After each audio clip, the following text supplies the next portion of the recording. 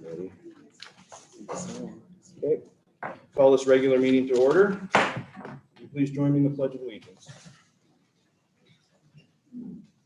I pledge allegiance to the flag of the United States of America and to the republic for which it stands, one nation, under God, indivisible, with liberty and justice for all.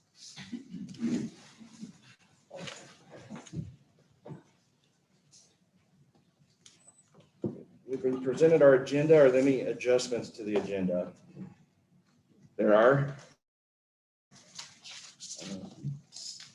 Sorry, there's others as well. Why don't you do yours first? Perfect. So I would move to adjust the agenda to include a new item C to read as follows: to amend the district salary proposal, removing item number 20 found on page 82, and then the remainder of the agenda to be read lettered thereafter. And I have some other addendum items. In recommended actions under new business, additional items. A, consider acceptance of certified staff resignation. Accept the resignation submitted by Southeast Elementary teacher Beth Gordon, effective at the end of the 2021 school year. And also letter G, consider approval of offering teaching contracts for the 21-22 school year. Recommendation to approve offering teaching contracts to Kelsey Rothwell as an elementary teacher at Lincoln Elementary, Jenna Anderson as an elementary teacher at Lincoln Elementary, and Lucia Tony Scusa as a math teacher at Torrington Middle School for the 21-22 school year. Okay. And can I have a motion to accept these adjustments to the agenda? Or what's yours a motion? Motion. Okay, so there has been a motion to adjust the agenda as presented. Is there a second? Second. Thank you, Mr. Sussex. All those in favor, please signify by saying aye. Aye. All those opposed? Any abstentions? Aye. Motion passes. Moving on to item C, district recognition. Ms. Patrick. And do we have Ms. Fritzler and Ms. Peterson with us? Oh, Ms. Clara. Come on.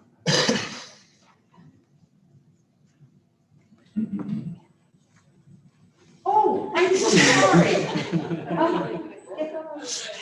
Yes, you're welcome. I'm sorry.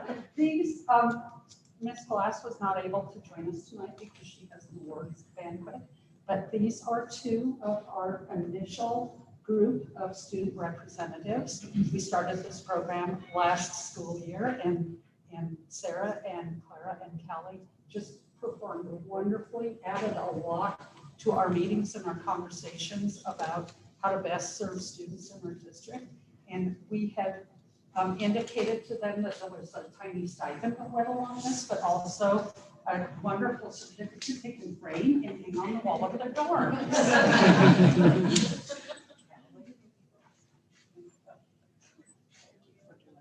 did a wonderful job, and Clara, you as well. Best luck next fall.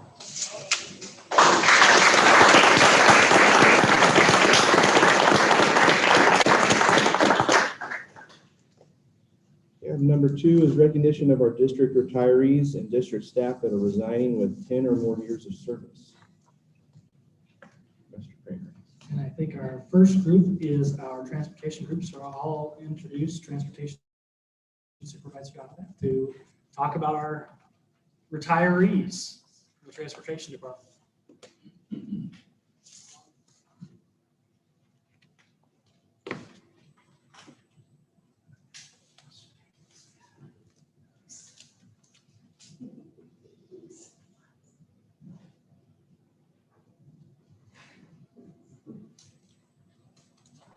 So I'd like to recognize Marilyn Herring for 36 years as a school bus driver and Bob Birch for 9 years as a school bus driver. And for most of their careers, they drove rural routes. Marilyn mostly driving in the community of veteran, and Bob driving for Klindle rural route. And so those rural routes would require them to show up at the bus garage before most of you were even awake. You were all still sleeping. And they were diligently pre-tripping their bus, checking the oil, checking the lights, bumping the tires, making sure that that bus was safe and ready to go to get to their first stop every morning and every night.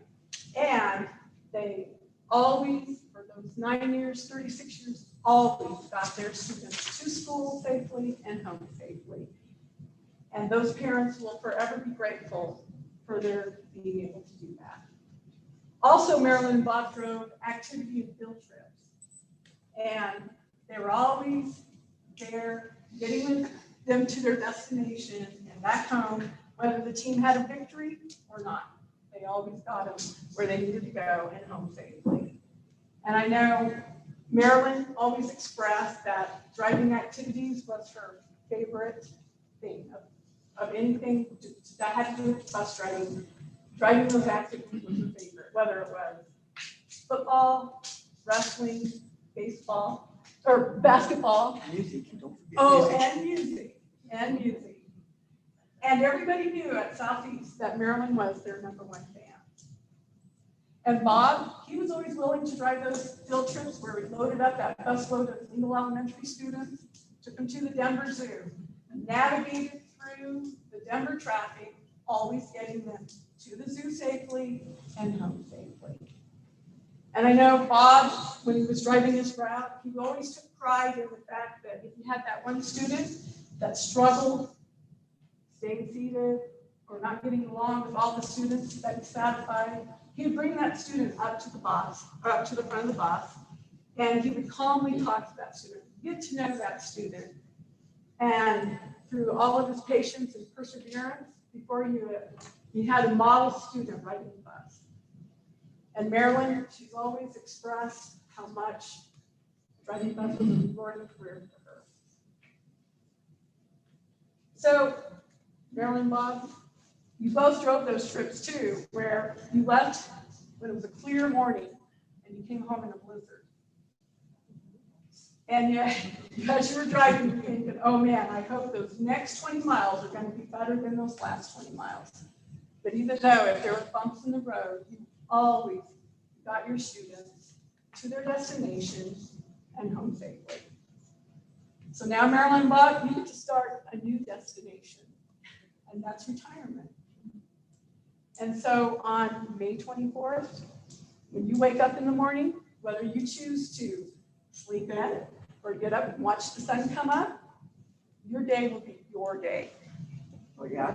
Yes. Well, you'll be able to do whatever you want. Okay. So anyway, it'll be your time, and I really hope you get to enjoy it. And I do know that on that first winter storm that we have, that big snowstorm next year, you both are going to be sitting in your easy chairs. Man, I'm glad I'm retired. So on behalf of Goshen High School District, I really wish you guys the best on your retirement. And I'm so grateful for what you've done for the transportation department. Thank you. Thank you, guys. Thank you.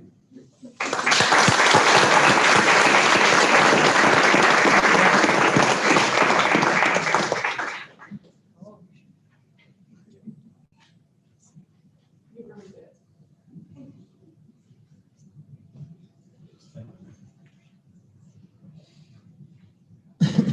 It's a clock, so I can turn over, huh? Well, the next person we'd like to honor is Donna Fields.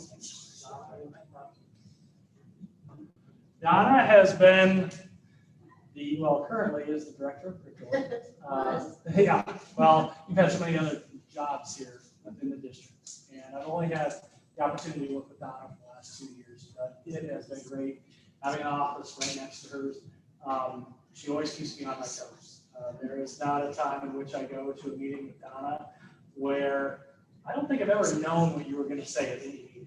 You know, there's always that wild card that might be thrown out. The teachers can fully understand that also, any meeting they've had with Donna. But she has meant a lot to the district, a number of changes that have been implemented over the years that Donna has been a part of have been phenomenal for this district. And the things that this district does above and beyond what other districts around the state, around the United States, definitely been impacted by Donna's work within Goshen County. Admin team, yes, with Donna's assistance. We're talking about you now, so okay, we'll focus on that. But we will greatly miss the things that I look forward to, the opportunities that she has in front of her. We've talked about that. And I will kind of poke a little fun at her because she continually reminds me, and probably should have reminded me this last week, that, you're a short timer. As you tell me, as I'm giving you something that, remember, I'm a short timer. I shouldn't have to do this type of thing, right? So there are some things that I'm sure before the end of the school year that you look at me and say, yeah, are you sure you want me to do that? Or something like that. But I think you gave me one today. I did. I gave you one. So thank you very much, Thank Donna, you. for everything you've done.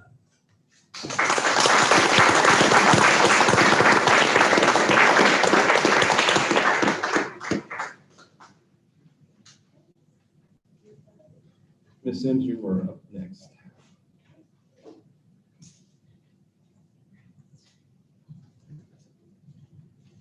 I get the privilege of wishing this lady the best. It's Sharon Durkee. She's been in this district for 38 years, has taught first and second grade, has been the team leader at our school. She's kind of the sunshine that looks and tries to bring about celebration. She reminds us we need to make sure we celebrate everybody. She advocates for both certified and classified and trying to make sure that we meet the needs of everybody in our building for all the adults. I didn't know this about Sharon, but two things. That she started at the old Lincoln Elementary, which is now the county offices of the police station and all of that. So yeah, like an impact there. But she talks about Paul Novak, Howard Creighton, and Ed Jolovich, who are old timers. And I remember when I was going to school that they were here as administrators, and that was her interview committee when she was 26. And then she was telling a story about that she was one of 33 students from Sharon State College that was part of a special program that did their schooling in Scotts Bluff. And the Shadron instructors came to Scotts Bluff to do that at night from 7 to 10. And she said they were not happy about that, and they made sure that they knew that, and they did not do that again. That was the only year that they had done that. So she was glad to be a part of that, that was able to do that. She brought up 2 children here. I'm gonna miss seeing her early mornings, because as I'm coming to work, she's kind of running around doing some errands. I don't know what errands you do at 6 o'clock in the morning, but she drives from Scotts Bluff, and we can always count on her to let us know how the weather is there. She'll call Glenda and say, oh, the road is bad, or this is good, and I can see the sun, and it's muddy, and so it's always fun. And Sharon comes in, and she'll come into my office, she says, let me tell you about what we need to try. And, or it's like, oh, here's the card I need you to sign for someone's birthday. And so we're gonna miss her, because I don't know who's gonna fill those shoes when you leave.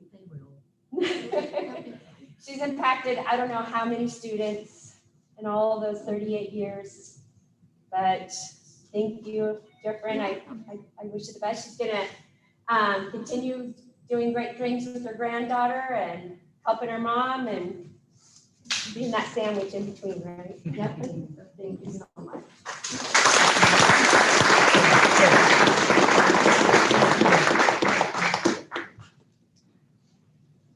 Mr. Florshinger.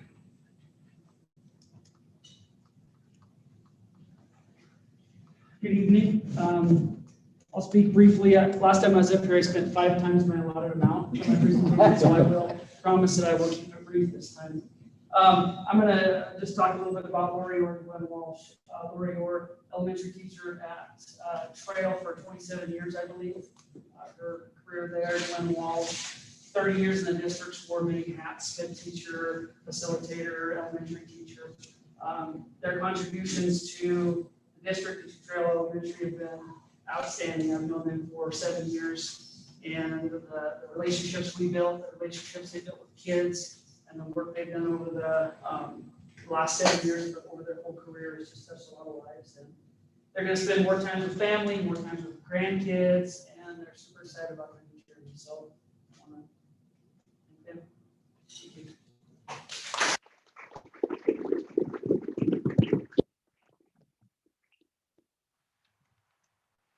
Mr. Heyman? Thank you for the opportunity to recognize the great Goshen County folks. This is so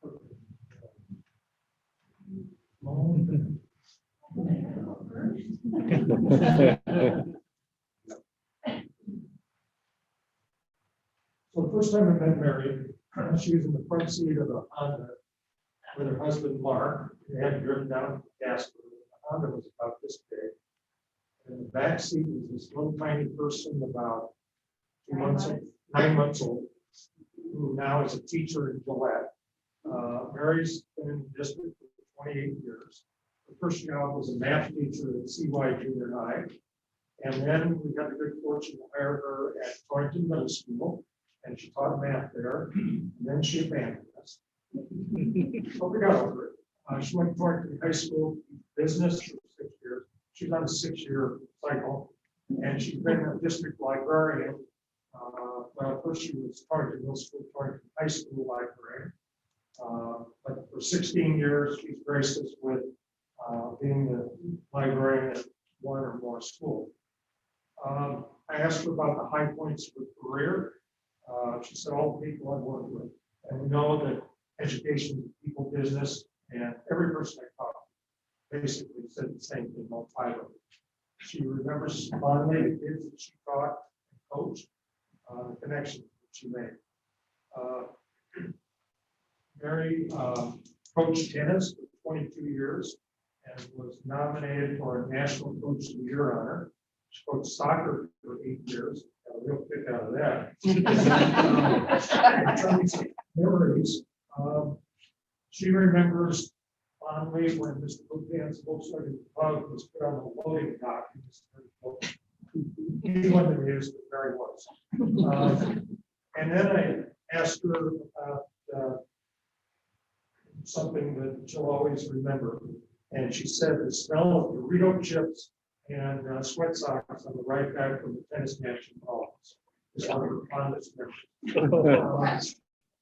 In retirement, Mary is a tennis fanatic. She still plays, and she hopes to go to the Australian Open this winter in January. She has 7 grandkids to spoil, all under the age of 9. Mary's a big-time biker with her husband Mark, plays tennis, church activities, 3 kids, and she follows along with the grandkids. They have a timeshare in Vegas and Florida, which sounds wonderful, and she will be happy and busy in her retirement. Mary, I can't thank you. So, thank you.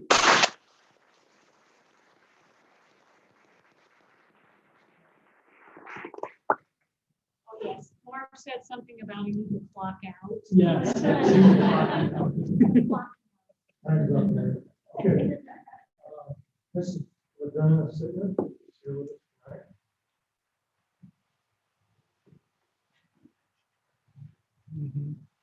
Donna won the Marco Polo Award recently because she's been traveling around multiple schools. So when I talked to Donna, most of you don't know that she was with Donna August, grew up with Torrington, Wyoming. So she is a very proud THS graduate. Her first teaching job was at Fort Morgan and Morgan Community College, teaching math and science. And then Ms. Polo went to Brush, Colorado, taught math, chemistry, and biology for her first year. Then went to Fort Morgan, taught in high school there, all math, 4 years. Then Buena Vista, 3 years. Salida, 3 years. Hotchkiss, 7 years. And then the big school in Erie for 7 years. And we have the great fortune of having Donna with us the last 6. She stepped in and did a masterful job with our 7th graders. And that's always quite the challenge. Okay. I asked her about highlights. And again, it's all about relationships. Having some high school students tell me that she made them better parents. Have them come back and talk to kids that return to senior. Those are always special memories for teachers. Teaching in a small school in Hotchkiss and then moving on to Erie, which is a big school. Watching your son become a teacher, which is great. I did ask Donna about something that she'll remember quite fondly. And she said that one of her fondest memories would be the sweet spell of teenagers in her class the period after they had no one shouted. Hard to forget. In retirement, Donna is starting with a clean whiteboard. So she has nothing written on the board and plans to fill it in as she goes. She wants to work outside education a little bit. She's really looking forward to motorcycle trips with her husband, Paul, and cruises in the fall. So that sounds wonderful. We can share a memory about the autumn leaves, how cool that's going to be. And then her parents are in southern Colorado, and she's very, very close to them. And I spend time supporting them. So, Donna,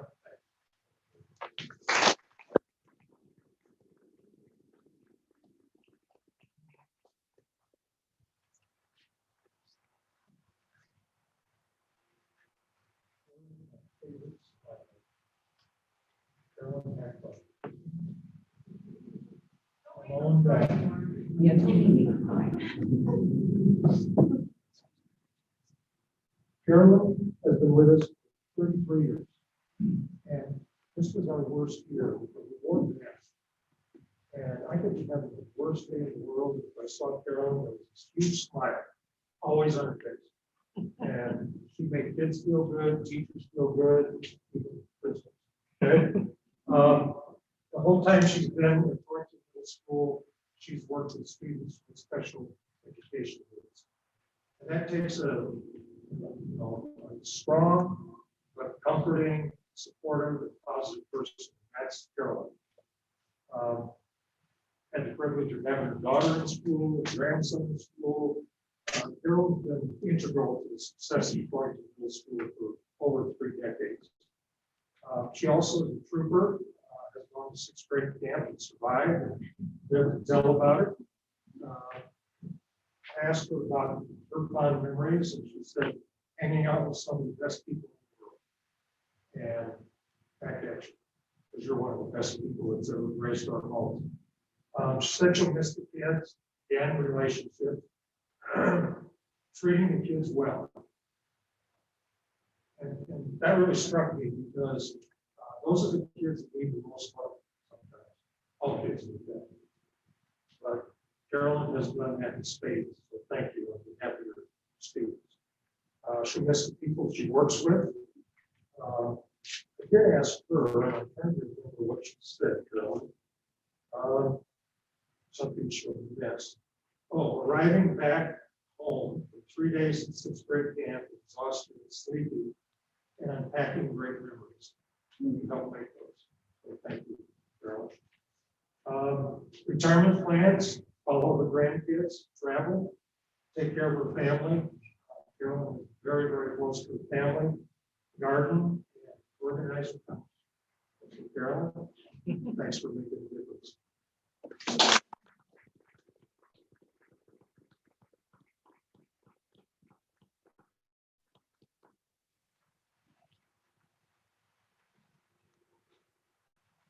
I used to think about school as all about teachers, and obviously they're very, very important people in the school.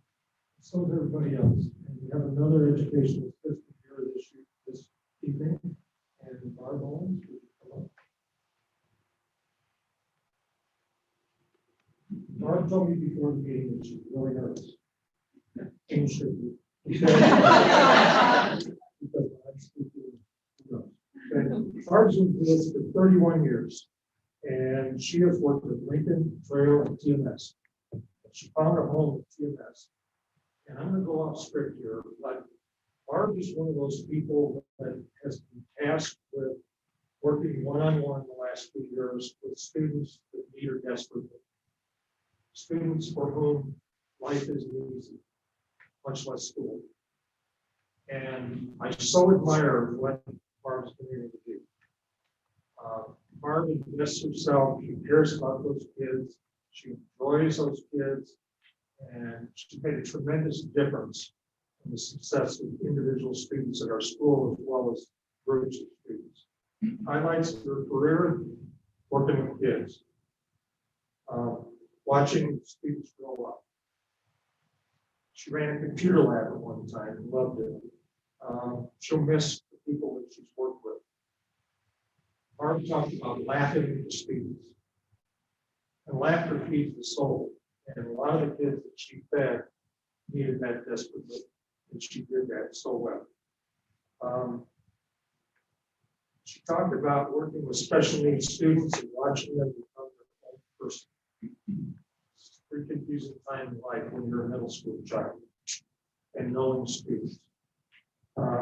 She'll miss the people at TMS. I did ask Barb about any lasting memory, and trying to remember Barb exactly what she said. And I think it was helping an individual student turn social, emotional, and environmental barriers into opportunities to succeed. And that's Barb. So, thank you. Barb has some plans. Ken will retire in December, her husband. They plan to buy a camper and travel and enjoy life. And Barb's very close to her mother and plans to support her and take care of her. She'll go with you in camper. No. So, thank you, Barb.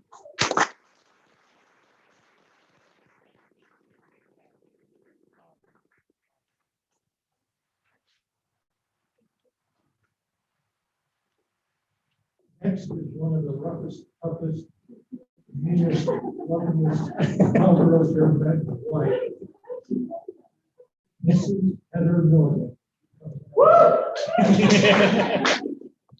This lady is the definition of cowgirl. I can't even repeat some of the things she said to kids about encouraging them to behave properly. You want totally out of line. Okay. And she just had a way to encourage kids. She's a straight up person. And you know Heather, she's a cowgirl with heart. 32 years in Torrington, long time. Started as an EA in the fall of 1988. Then her career changed after one day. Okay, so we asked her, I guess I did, worked with 4 individual boys. With that, okay, was that challenging? None of them could speak English except one word. And what was that word? McDonald's. That was it. Okay. They moved on beyond that to the virtual. 1984, she became a half-time teacher at the middle school for language arts, and eventually has taught language arts at the middle school, Read 180, a variety of language arts related topics for many years. Heather's a people person. Kids just, I've told her for 32 years, she should have been a counselor. And I'll give you one example. In the morning from 7:45 to 8, it's many years ago, whatever room they wanted. They were like sardines in Heather's room, like moths to a flame. The kids love her. They were attracted to her because she's so straight up, so positive, and so supportive. Highlights, she talked about when kids are successful in excited to learn, and pride in themselves. She feels like she's done well. She loves to see kids smile and make sure they're secure in her room and can count on them. There's nobody in the building that kids can count on more as an advocate than Heather. In terms of her favorite memory, I don't remember what Heather said. Oh yeah, she told me for many years she served as a counselor in the girls' restroom during school dance to deal with a crying girl who had been dating a boy since June that day. So Heather did that very, very well. So thank you. We'll find somebody. In terms of retirement, Heather won't retire. Okay, if you know her folks, her dad is a rodeo coach at EWC for how long? 16. And he's how old? He's 85. 85 and still rides a horse. And so I'm sure when Heather's 85, she'll still be riding a horse. Okay. Her plans are to take a little more time for relaxation, which I doubt. Ranching, riding horses, train and sell horses, rodeoing. Heather's a barrel racer and has been for many years. Take care of her parents who are elderly and live right next to her out on the ranch. And take care of her mother, who was the district transportation secretary for many, many years. So Heather and her mom have been an important part of her district. Thank you. Thank you.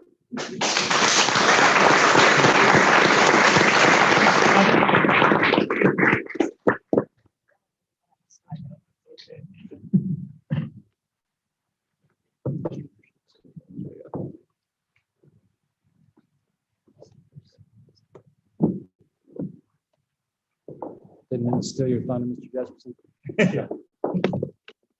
Get the group from THS up, please. Came over here today to pick up a yellow legal pad, and I guess I now know why there wasn't one available.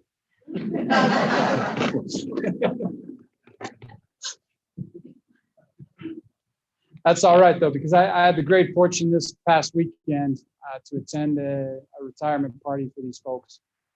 Miss Perkins in the back as well. And got to hear good stories and lots of friends there to share those. What these guys don't know is that I was recording the whole time, so I'm just gonna hit play. They may not like that as much. But first, we've got Mark Sims up here. Mark's been in the district, then out of the district, and back in the district as a teacher. Taught many years here, went to Lake Havasu in Arizona with Niana and is back in the district. He's, everybody's cited, and story after story, Mark has done a tremendous job of not only running the athletic programs during the school day, but he's there every morning before school, opening the gym up for our athletes to work out, and has improved the outcomes for Torrington High School across all sports for the entire time he's been here. He's a well-liked guy. Some stories came out that Mr. Sims was trying to prevent some people from saying. He said that I couldn't have that come out from me, but he's only got 2 weeks left, so we're all right. Mark, he's been a great teacher. Good guy to have in the district. Thanks, Mark. Thank you, sir.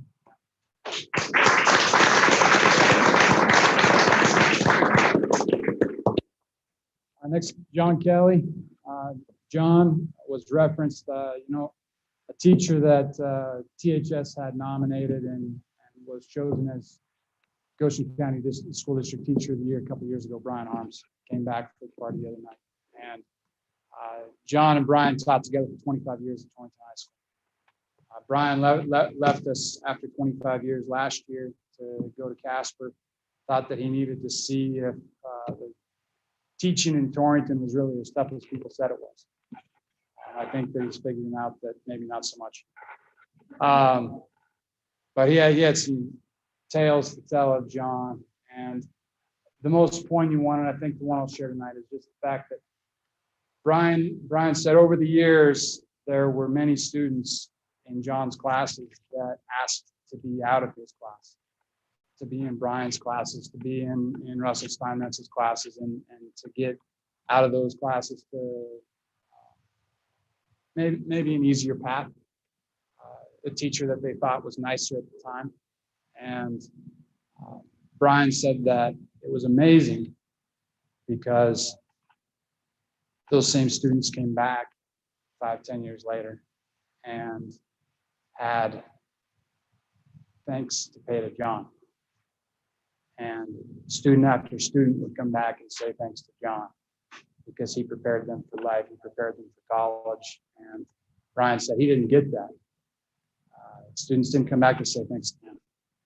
He supported them, had the relationships, everything else through high school, but didn't have it for students coming back. So, John's done a terrific job of taking math to another level at Torrington High School for 25 years.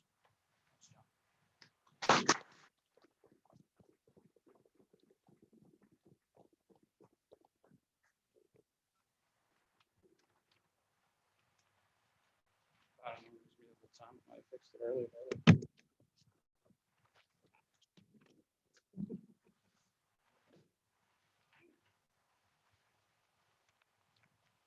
Lindy Ellis has been Torrington High School. It says 15 years on here. She's taught for many more years than that. Started her career on the Navajo Reservation in Arizona and came into the state. I think, if I'm remembering right, Pine Bluffs, Burns, and then came here. And Lindy's taught science. She taught math. Had a terrific impact on many students over the years at Torrington High School. She was responsible and took on student council for a long time. She instituted the blood cords at Torrington High School for graduation, pushing many students to donate blood. And we still have a couple blood drives a year, and that's something that will carry on from what she was able to do. Past couple of years, we had in the science department a little bit of extra maneuverability. And Lindy took on our position as an assessment coordinator. You can see, that's not an easy job. It's not a job that has a whole lot of thanks to it either. But I think tomorrow's the last day in that. Yeah, we had today and tomorrow, and Lindy, I'm sure, is going to enjoy some time outside gardening, and I think everybody be enjoying a good retirement. Thank you, guys.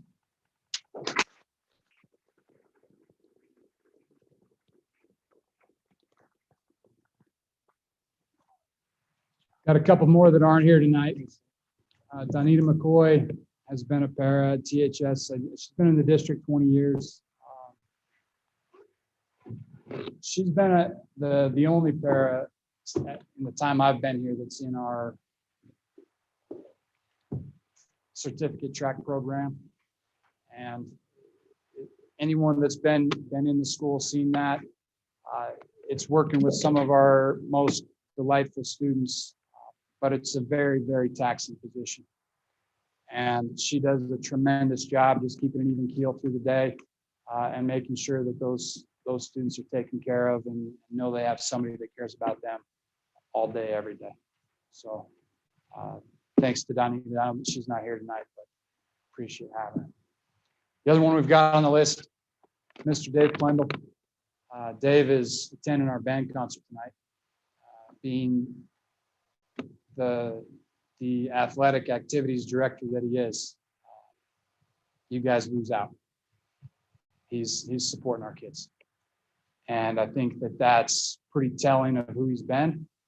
He's been here 5 years. I think from the day he got here, he committed to Torrington. He's been dressed in blazer gear every day he goes to work for that entire time. He's made some terrific changes at the high school and just been supportive of our activities, our athletic programs, our students. Just done everything he could to support the high school. And worked for that to be a better place. So, also had a little bit of impact on me the last 3 years and helping me be where I am too. So thanks to Dave Clement. The only Mary should probably be on both lists. Marv mentioned she's been THS, TMS librarian for a lot of that time. Only thing I'll add to that, Mary, I'd say equal with some of the others, always a smile and willing to take on anything to make sure that students were taken care of. Last year, Mary, we were short a math teacher for a section, and it had been, I don't know how many years since she taught math, but a little while. And I asked her if she could teach a section of algebra. And not only did she take it on and teach it, she did an unbelievable job. So thanks for that, Mary. Thanks for being a great librarian.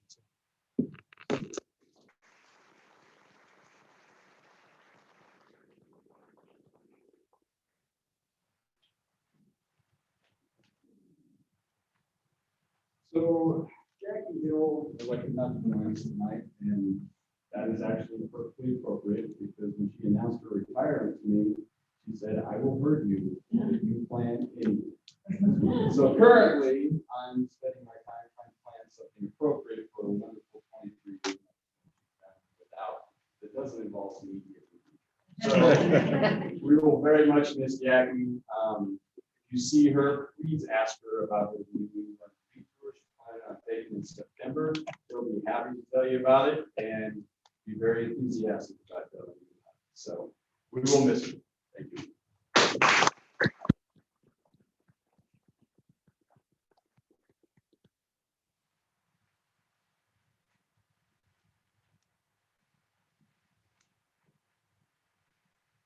It gives me pleasure to be here to recognize two additional educators, outstanding educators at Southeast Schools. And so if I could, I'd like Jennifer Cole to come up, please. And Jennifer, if you would stand up here in the vicinity of Ms. Coxville, a little further forward. That way, the 7 viewers on the YouTube channel can see you. A little bit more to your left, Jennifer. Oh, perfect. We got you. Thank you. Yeah. So Jennifer's big city girl, grew up in Cheyenne, rival school, graduate of rival school to myself there in Cheyenne. And she tells the story about having come to Yoder for her interview, driving home as a young 21-year-old. She says to herself, yeah, I could make that work for a couple of years and then go do something different. And that's probably the mindset and mentality of many young educators. But Jennifer stayed and stayed and stayed. And 32 years later, there's an immense amount of good that she's done at Southeast Schools. I shared with in a little recognition ceremony we had this afternoon that I consider Jennifer Cole to be among a small handful of people that came to Southeast Schools, established a culture of excellence that still maintains today. And people like Dewey Clapp and Bruce Sinner and Judy Lissman and Mark Bullington and Jennifer Cole are people that have created that culture of excellence that still exists today. And so she's deserved the title of warm demander from me. And a warm demander is simply a person who has a unique ability to have high expectations, but balance that with even greater relationships. And went home after our program, perused the Southeast Cyclones Facebook page because I knew there was a post out there of our retirees.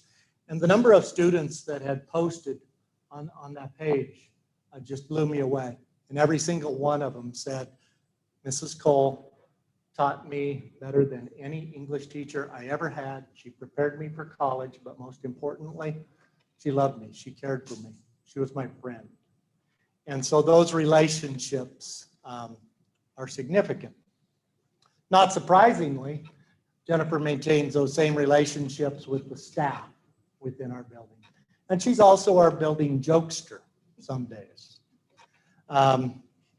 Won't tell too many of those stories.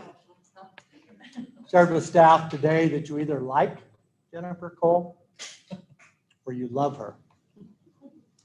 And it's probably a 90-10 split. Lots of reasons why I appreciate Jennifer at our school. She came to me a couple weeks ago and she said, Randy, in honor of my retirement, I think we should have a jeans day. Jennifer is our jeans day queen. If a snowflake flies, she wants a jeans day. And I said, Jennifer, that's a great idea. So I busied myself emailing every staff member in our building, except Jennifer, letting them know today would be a jeans day.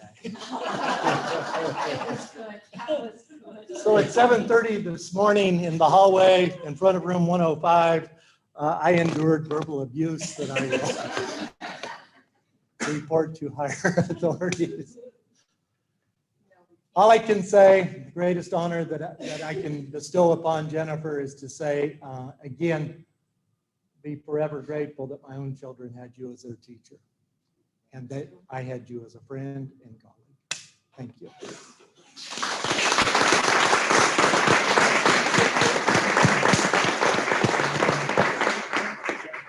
Hey, get your block. He's so bossy. I'm sorry. Please get your clock. And no, you may not wear jeans. That was today. I'll fire you.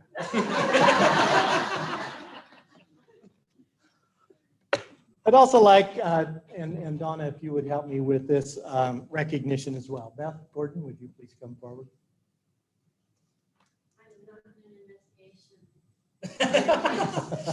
You're not? I deserved it.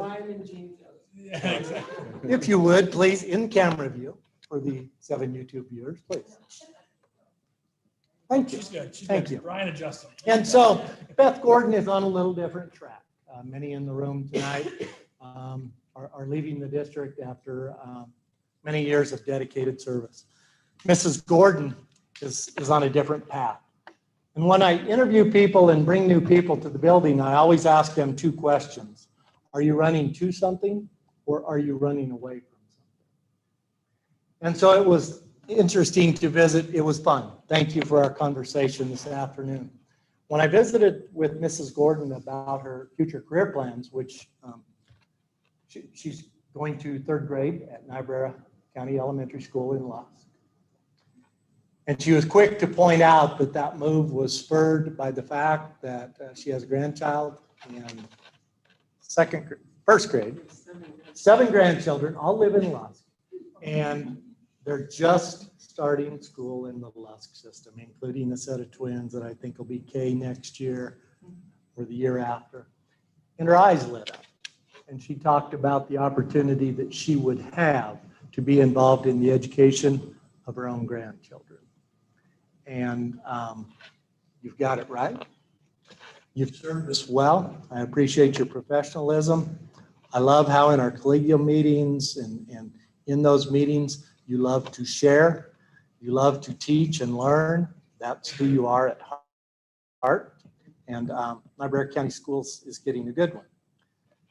She also had significant involvement at the district level. Yes. And go ahead.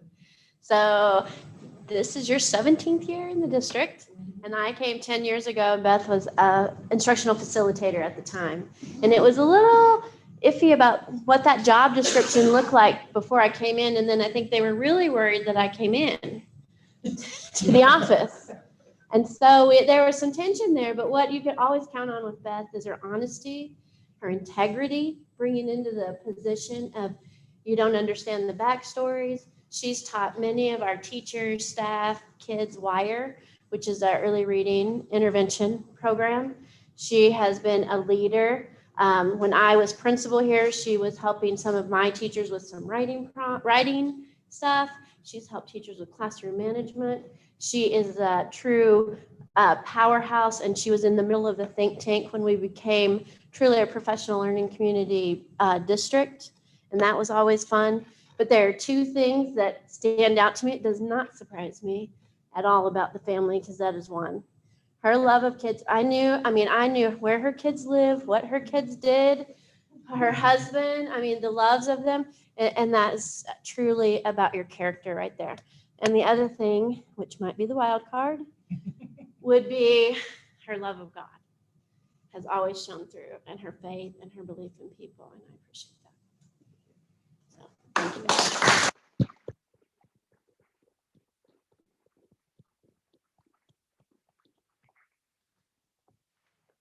And in closing, I just want to add one detail. We recognized a couple transportation bus drivers. Just wanted you to put in perspective, or I'd like to put in perspective, these are people that have driven over 1 million miles. They've driven to the moon and back 2 times. And they brought our children home safely every time. And I think that's pretty cool. Thank you, Marilyn.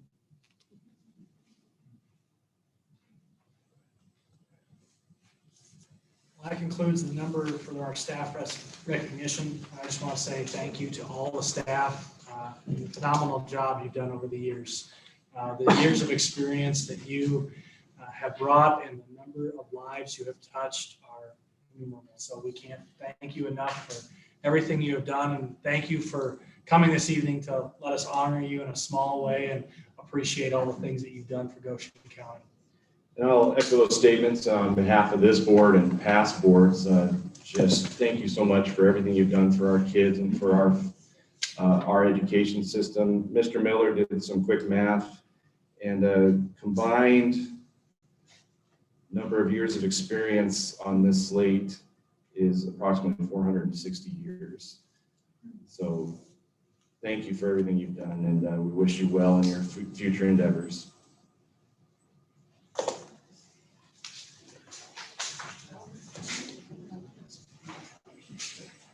Yep. Okay, and as everybody is getting up to attend or leave because they don't want to stay anymore, which I don't blame you, we will move on to information and proposals. We're going to adjust this because we have some students that need to get to work. So we'll do the school presentation and artwork in the boardroom. It's presented by Torrington High School, and they will be doing a school presentation. Yeah. And while we're still working on that too, if you are here to and have want to speak in public forum, make sure you grab a yellow sheet by the door and give it to Ms. Fritzler. I forgot to mention that before we started. Oh, okay. Well, if you want to talk in public forum, we'll allow it. Yep. Mr. Christensen, we're going to move the Torrington High School presentation up.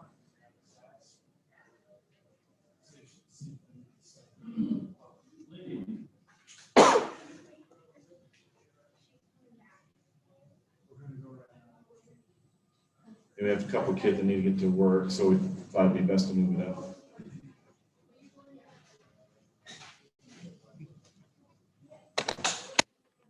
Thank you, I appreciate that. We do have a couple students that took off from work this evening to be here. They're trying to get Miss Ellis back in. They were attempting, as she walked out, to get her to stay one more year prior to retirement so that they could be here for their senior year. But you guys come on in. Come on in. And get Mr. Martin, Mr. Meyer, and Ms. Snyder up here. Okay. This evening, the presentation that is slated is one for Torrington High School. And I will make a presentation for Torrington High School. We've been working on problem-solving teams to some success throughout the year. We've been doing many of the same things that you've heard the other principals talk about as we go through. In fact, you got to hear Mr. Florschinger talk about it for 75 minutes a couple months ago. So rather than droll on about Torrington High School this evening, we're going to present on Platte River School. Platte River School started out, this is its first year of operation. We were lucky enough to get it an alternative school approved by the state last year. We've got the majority of staff, Ms. Wagner needs to be up here.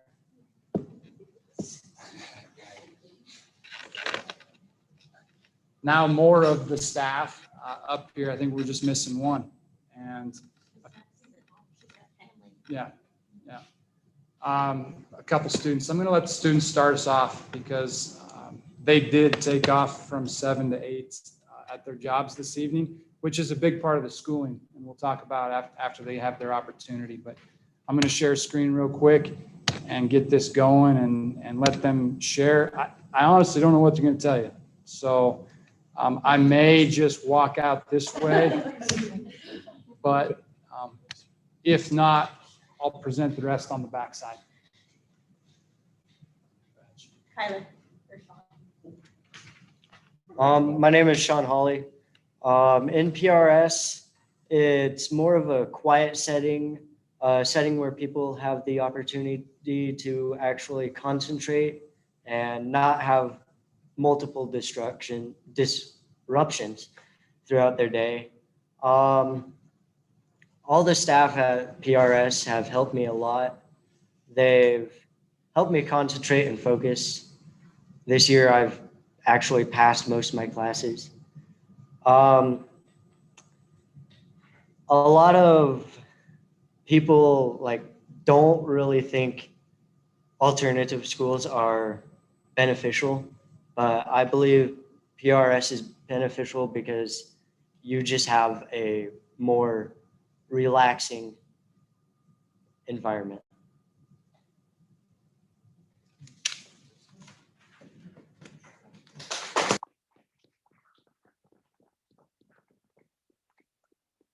My name is Kyler Fogelman. I like PRS because it's calm, quiet, and relaxing. Has made me more successful than I did in regular high school.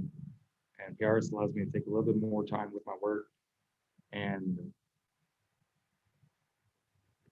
work at my own pace. PRS allows me to come and go, which allows me to be flexible with work and my other life situations.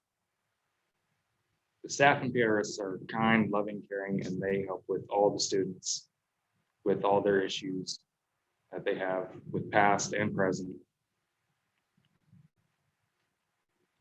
And I would recommend other students to go to PRS because they can make their own schedule and come to school when they feel like, when they can. And yeah.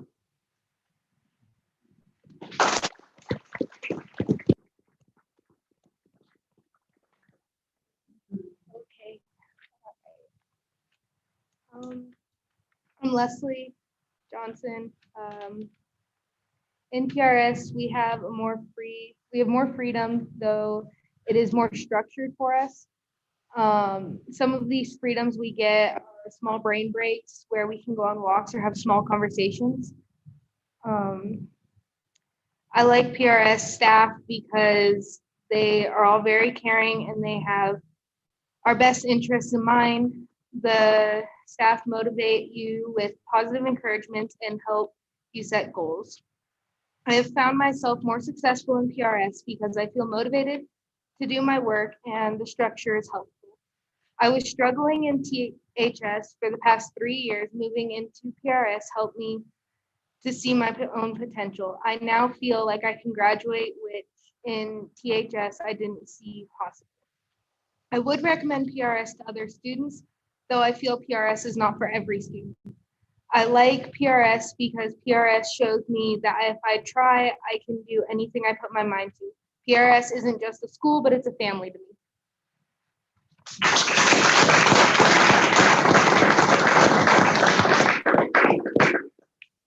Thank you, guys.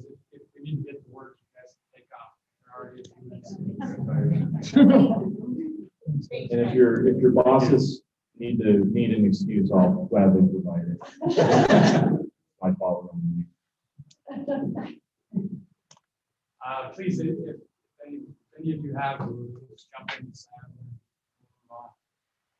I just wanted to add that if these three had not been in PRS, I don't think we ever would have gotten a lunch talk.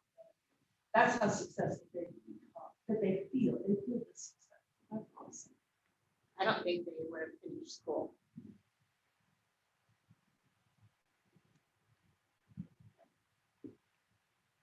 How many do we have that went into the field? Yeah. Several, that never would have graduated. Or finished a class, they even finished a class. Right now, I've got 11 students in PRS. That number has been a little bit larger at times during the year. And it doesn't look like it, but we have one teacher at PRS. We've got Christy, who's, I'm going to say is a para, secretary, mom, counselor, yeah, social worker, just Disciplinarian at times. yeah. We've got Christy down there who makes it run. And we've got the equivalent of one teacher through the day. These guys all go down. Lindsay Max is missing tonight, but they've either got one period a day down there or 2 periods, get all the core subjects covered, and the students are able to kind of rotate through and have the education that they need through that system. I think it's worked pretty well. There have been some bumps along the road, and like they said, we'll talk through some of this. They mentioned that the 3 students that were with us may not have graduated. I think that's probably pretty accurate. I can't honestly say that I saw a path for them to make it there. And I have zero doubt that they will make it there at Flat River School. And that's thanks to you, because when I put forward that plan last year, we got it approved through here and sent on to the state. So it's a tremendous opportunity our students have been granted to have that success in life that some of our students don't get. They put together a few slides with, I think Christy helped, but she started taking pictures in December every time a student completed a class. She threw pictures up on the wall and started making a list of the classes that they've completed for the year, and started, and I've been telling students the entire time, both, this year's been one, I've been able to be principal at 3 schools, Flat River being one of them. And all of the students in virtual school across the district and in Flat River, when I've had the opportunity to have a conversation, it's just finish a class.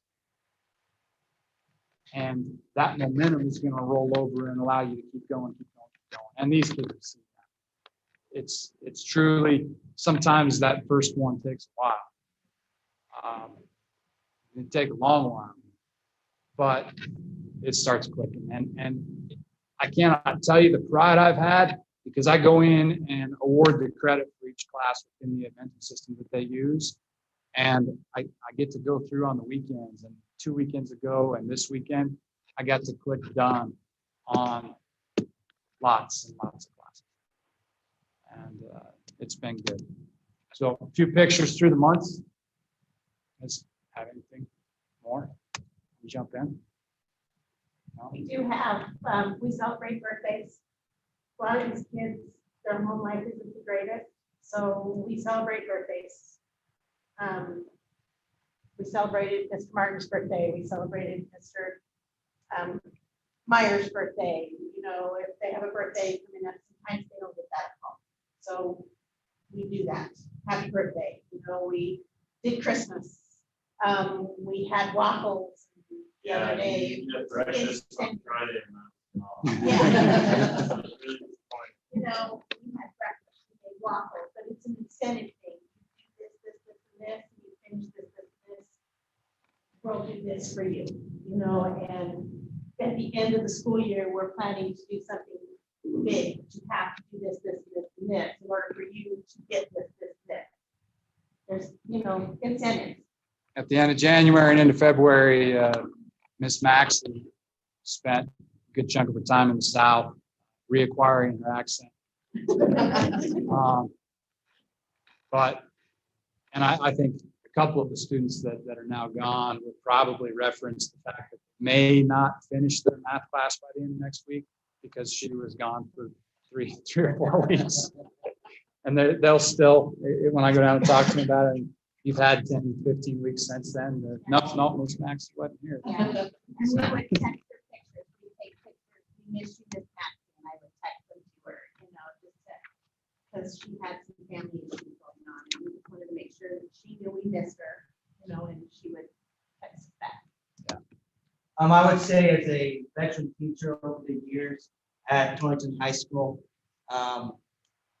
that this wish this was here earlier. Or I'm just going through with the 11 students. I would not bet my career, but I would say all of them would not finish. And you can't base the success of this program on those that don't graduate. You have to base the success of what's going on in private school with those that do, because they wouldn't have. And I think it's a pretty powerful thing that the school board has allowed us to do, and that needs to continue to happen. Because there is a niche of students out there, and I think everybody that's been an educator has seen and know exactly what those students are from the time they're in elementary school. And we just try to get them to middle school and past that, and once they get to high school, we lose them. This is a very viable option for those that don't make it their freshman, sophomore year, but need to finish junior, senior. I'm going to put a plug here, Mr. Meyer. The process for a student to get into private school is that they fill out an application and then they're interviewed by the entire team. And Mr. Meyer repeatedly is the hard nose. I don't think that you need PRS, you need to be in THS. And we need that. And I talked about a gatekeeper and a gatekeeping process when I was here last year presenting Flat River School Week. And that's it. We do need our kids to stay in the traditional high school because they get the social interaction, they get great educators in front of them every day. But there's some that's not going to work. And now we've got this. I was going to say to piggyback off what Mr. Meyer was saying, it also provides opportunities for them to get out into the workforce. Which, I mean, it's being a high school student, and we have many difficult conversations with kids. I'm terrible at saying students because I was saying kids. But like the three standing here tonight, all of them, it's kind of like. Yes, Tyler. Okay. The Golden Arches is a great employer of our students. But anyway, it truly has helped them to see a potential that maybe they didn't know was there. And honestly, I think that's what all of our students, I think what maybe all of us as we look in the mirror, we want to see that potential. And I feel truly that PRS does provide that for many of us students, if not all. Not only in the classroom, but also, like I say, everyone is going to go out and work. Everyone that goes through Goshen County School District, we want to be a productive member of society. And I truly feel that through this program, many of these students are going to be able to do that. It just has to be through a different way. And we helped them fill out that application, get that job, they had no clue how to do that. We have a life skill that we need to help them with.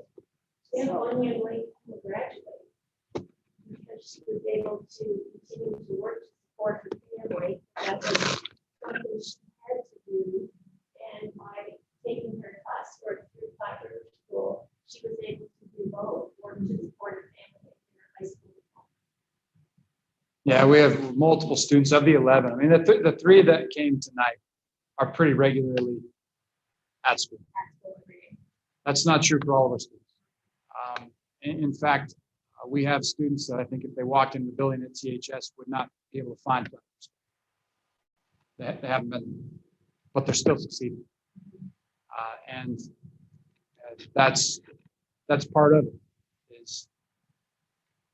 sometimes the obligations that students have to life pull them away from their education, and we're able to complete that.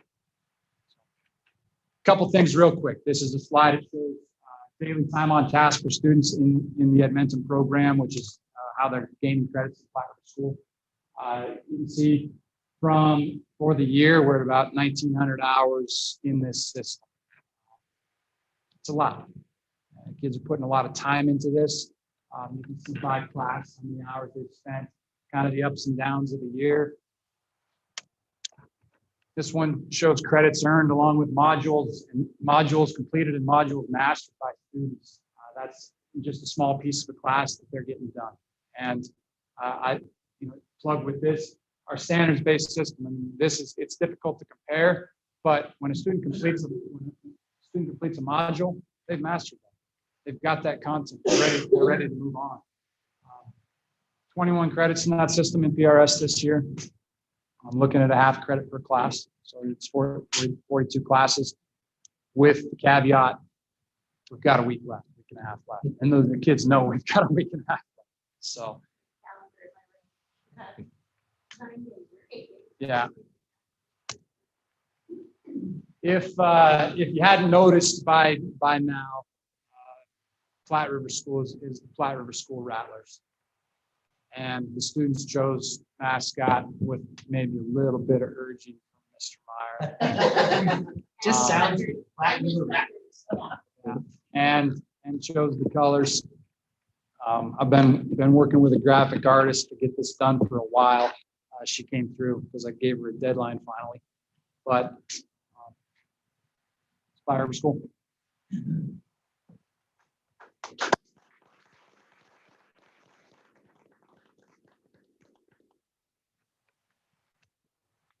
Thank you. And by the way, to continue this process, we've got an agenda item tonight. Thanks for approving it.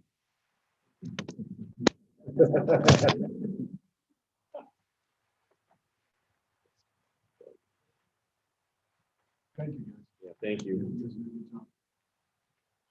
One thing I just want to mention on that, I just want to thank Mr. Christensen for bringing this forward last year and then developing a staff that fit perfectly in that. My familiarity with an at-risk school was pretty intense and mirrors a lot of the things that they've been able to do. And they're absolutely right. And they got one thing perfectly right that is absolutely necessary. They put people in there that develop relationships, and it's a family, and that's why it's successful. And so I mean, it took about 3 minutes to see the relationship we have with 3 kids. That was phenomenal, and that's why it works. And that's why it works for some of our students. Not all. Have reference. It's not for everyone. That's okay. But there is an absolute need to look at different things in education for those kids that need it, and that's very important. So thank you. It is an awesome program. Thank you for what you do. Okay, moving back up to number 1, reports by the student representatives to the board. I'll set this up. I had asked the student representatives to kind of do a little research on social media. And the reason I brought it up is about 2 weeks ago, the NFL draft happened. And if you remember back when Josh Allen got drafted by the Bills at number 7 and was the highest drafted Wyoming Cowboy in the history of the school, the day before the draft, what came out? Something on his social media. When Larry Nance Jr. got drafted by the Lakers, the day before he got drafted by the Lakers, what came out? Something on his social media. And so I was just curious as to students' exposure to it and understanding. Well, just curious how they use it and if they understand that sometimes that stuff doesn't just go away. And so I asked them a couple questions related to that, and told them Ms. Cockfield reporting what she found. Well, good evening, everyone. And I was really excited to be asked the question, the overarching one being social media, with several questions to follow with it. And I think it's crucial to understand from my perspective, my generation has always lived with social media. There's never been a day in our lives that we've not been to social media. If that is TV, radio, to our cell phones that include apps on them. So that's just like a way of life. You can't live without it at times in some situations, or you may see it as an addiction. So I think it's important to understand that perspective as I report to our results. The way I went about this was I talked to my fellow peers and classmates about the question, and I only know 1 or 2 students in the school that do not have a cell phone due to outside forces. However, almost everyone I know has a cell phone. So the first question was, what are the forms of social media that you use? And of course, it depends on what you think social media is. And the most common answer was Instagram, Facebook, Twitter, Snapchat, etc. Most of it was to contact friends, families, or just keep up to date on social lives. Of course, I cannot forget to mention the famous TikTok app that many of my friends like to use and send videos throughout the day. So those are the most common answers. They're the biggest platforms when it comes to social media concerning apps. The second question is, who taught you to use social media? And I remember when I was in elementary school, my first cell phone was actually a flip phone. However, I upgraded to a touch screen about my 4th grade year. And that's about the same time everybody else received their first technological device. And so most of us taught us ourselves as 4th graders how to use these devices. We didn't have any help. And I found that to be quite peculiar that we were able to figure out such a difficult thing. Most of the time it was themselves, friends, siblings. I know there's been a couple of times I've gone to YouTube to figure out how to work Instagram stories so I wouldn't mess up. So those were the most common answers for that one. The next one was, do your parents or guardians look at your social media? And this was an interesting one comparing the results. And I know a few of my friends whose parents check their phones every single night to see who they're texting, who they're following on their social media platforms, whereas other parents are not as strict. And the most common answer was, we follow our parents, they follow us, and they look at our social media and what we post, and they comment from time to time, but the common answer was not really. So there was 2 questions. I morphed them into one, considering it was kind of a long conversation to have with somebody passing through the hallways. The last one was, how would you feel if your current or future employer would look at your social media? And personally, I think that whatever you post, you can never take back. And this is the common consensus that I found is everyone said if they didn't really care about it. They said their parents or they've seen situations where stuff has gone wrong and they just know to censor what they post out there and to be careful. So that was my findings for this week's topic, or this month's actually. So if you have any questions, please feel free to ask. Well, thank you for that. And I threw those last 2 in there, really, and actually I threw them in, and then I sat through a management training at work that said it's actually there's a push to make potential employers, it's not exactly ethical to be making hiring decisions based on what's on social media.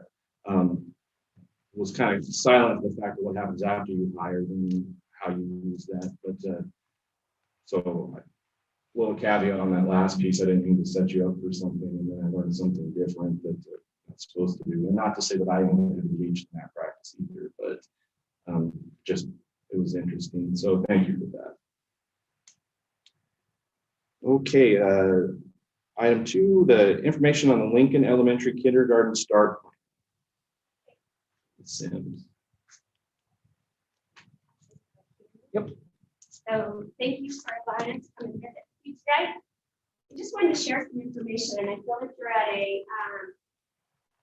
a grand opportunity as you're going to be making a decision, it sounds like, for our oldest students and all the way down to our youngest students. And when we look at the impact that decisions make on all of our students, we just wanted to share some information about some purposeful thinking that we have as far as being able to service our youngest students. I have with me tonight, Rachel Durkee, who's one of our special ed teachers and a proponent of our TK room. So she's been an advocate for that, as well as someone that we can turn to and get better information in regards to for that. Taryn Hendricks, who is one of our kindergarten teachers, also my leadership person on that team, and Priscilla Bartel, who's one of our kindergarten teachers. And they came to me actually last year and said, you know, when we're making our class lists for first grade, second grade, we know those students. We know their challenges, we know their strengths, we know everything about them, and we can make good decisions about where to place those students, who to place them with as far as classmates, as well as within the leadership of that classroom. But when we get our kindergartners, these are new students to us. They're new students to each other, they're new students to our school. They come as blank slates when they walk through that door, in the sense of what is the expectation for elementary. And when you talk about getting, especially in the last 2 years, 18 little ones together in one classroom with one adult, and you're trying to teach them the process and procedures of school, it's not always an easy task. And we admit that we make mistakes when we put kids in classes because we didn't have a lot of information to go off of. We tried to have transitional meetings with our preschool and our TLC, and we try to make the best decisions that we can according to the information that we have. Usually we do a kindergarten screening, which gives us some information. There's still some information that doesn't quite give us everything we would like to know. So my kindergarten team came up and said, we would like to try and do a staggered start. Did some research on this and found out there are some other schools in our state that do this. There are some throughout the country that do this. And basically what happens is there's a schedule on here, and we would have a fourth of our students that would come on one day. During that time, the whole kindergarten team gets the opportunity to assess them, watch them interact, see how they play, how they do school, what are their connections, what are their relationships, how do they withdraw from parents, because that's always a hard one for them to do as well. But also then how do they progress throughout a whole day? Because a lot of times our kids go from 2 or 3 hours 2 to 3 times a week of preschool. And now we're putting in 7 hours every day. We've had little kids that have fallen asleep on the bus, and have heard say, I think the bus just went by. Oh yeah, your kid was on the bus sleeping, and the bus driver didn't realize that because they're totally exhausted.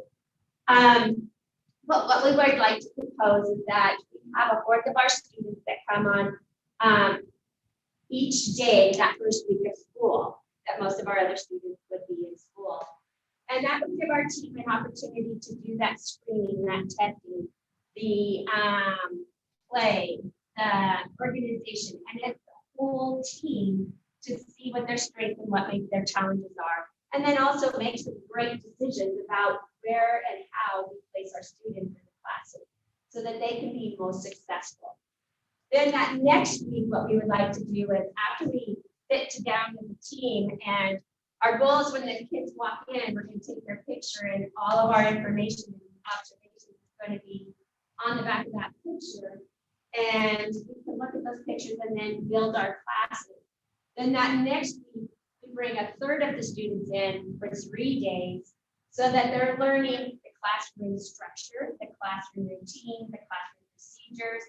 And by Friday, all third of those students have had that. And then Friday, they all come together as one big group and ready to start out as a whole class, community kindergartners. At this time, we have 71 students enrolled in kindergarten. So that would be starting out with about 15 to 16 students that first week. And each day, our goal is to start them at 8 o'clock in the morning, which would be a normal day, and having them go till 1:30. However, we also want to bring in our parents at 1 o'clock and do a parent meeting with those kids that have been there. So again, the smaller settings, that's always one of the things that have come back to us from parent input is don't give us an open house where you're addressing everybody, because we have our own unique questions and concerns that we would like to have addressed. And we have found that out within that sometimes we overlook or assume that they know what school is about. And so that's a different thing for them as well. Then we would like to have that time where each of those days, that first week, where we do process and we do reflect on what we saw, what our students are showing us and telling us. And then again, like I said, that helps us to make the best decision for them to help them be the most successful starting out.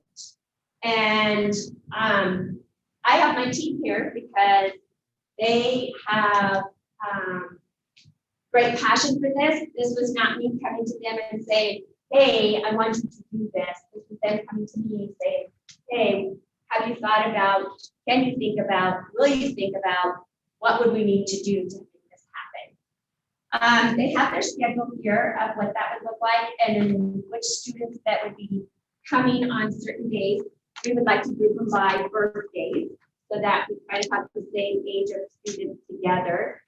And then on the back, it tells you a little bit about what the assessments would be, what it is that they would be going throughout that day.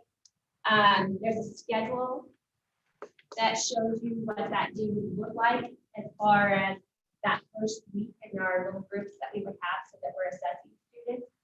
We would get community people involved because we will be talking to, if this weekend this past, some of our experts that have done some of our testing with our Willis learners and help us with some of those decisions as well.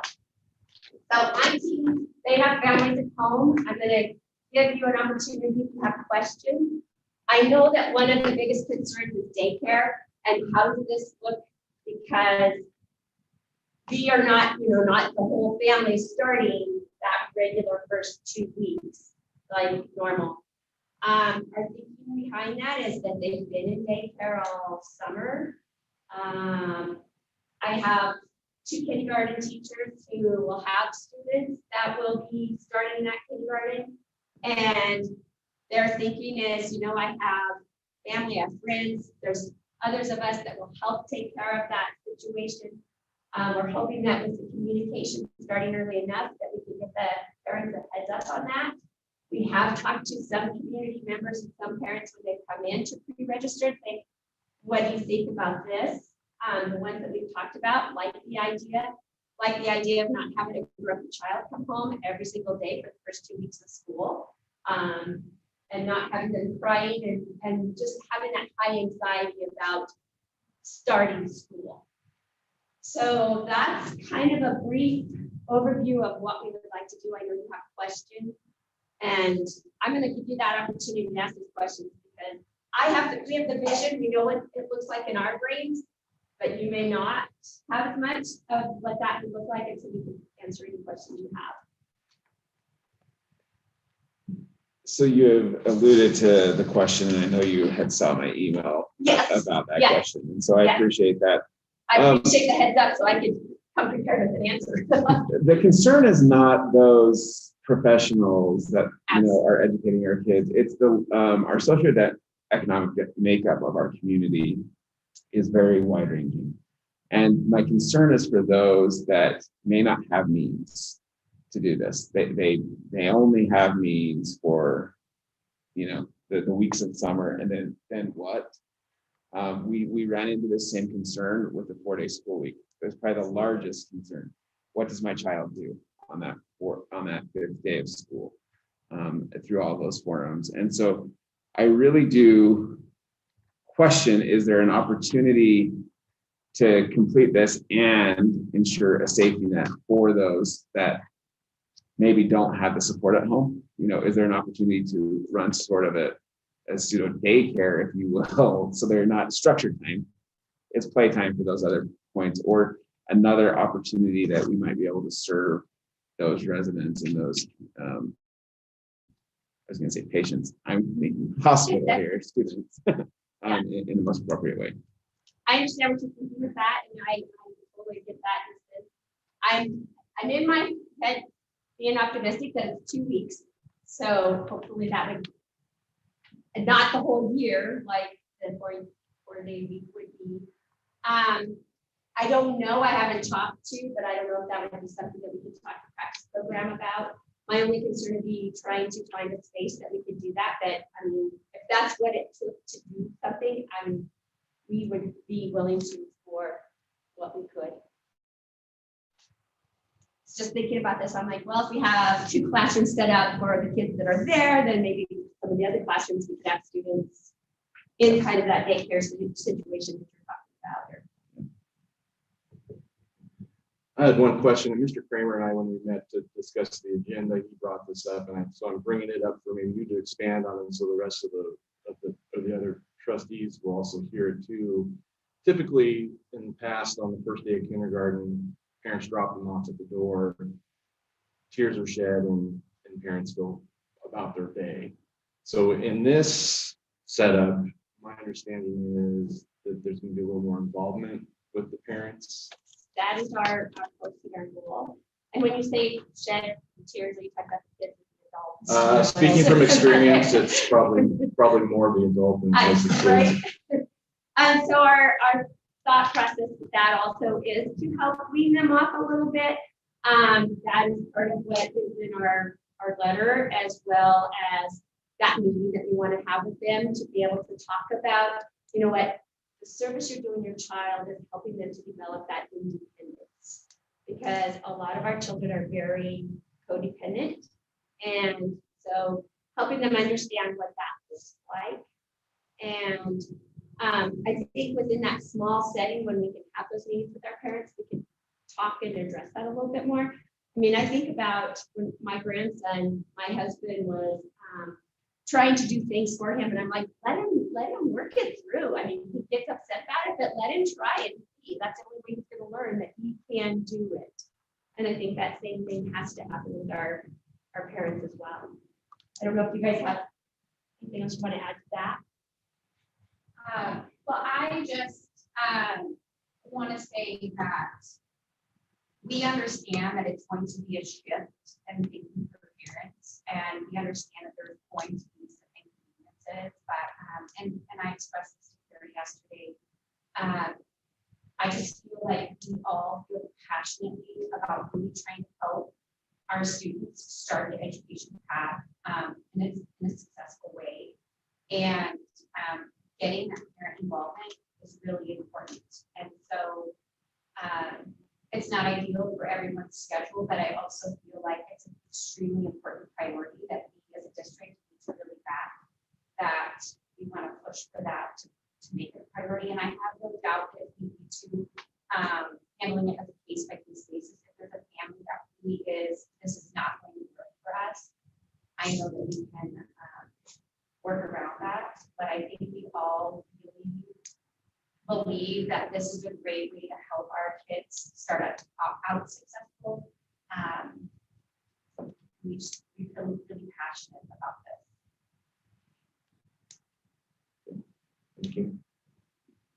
So you have identified 9:20 to 10:20 as special. I'm taking that like OT and those. So the special things like art, music, computer library. Okay, I think I was during the time maybe actually some kids maybe actually taking speech or OT or something like that. So it's good. I'm glad you brought that up. So one of the things with our youngest students, that if they come in with any kind of services, speech services, or as you said, OT, or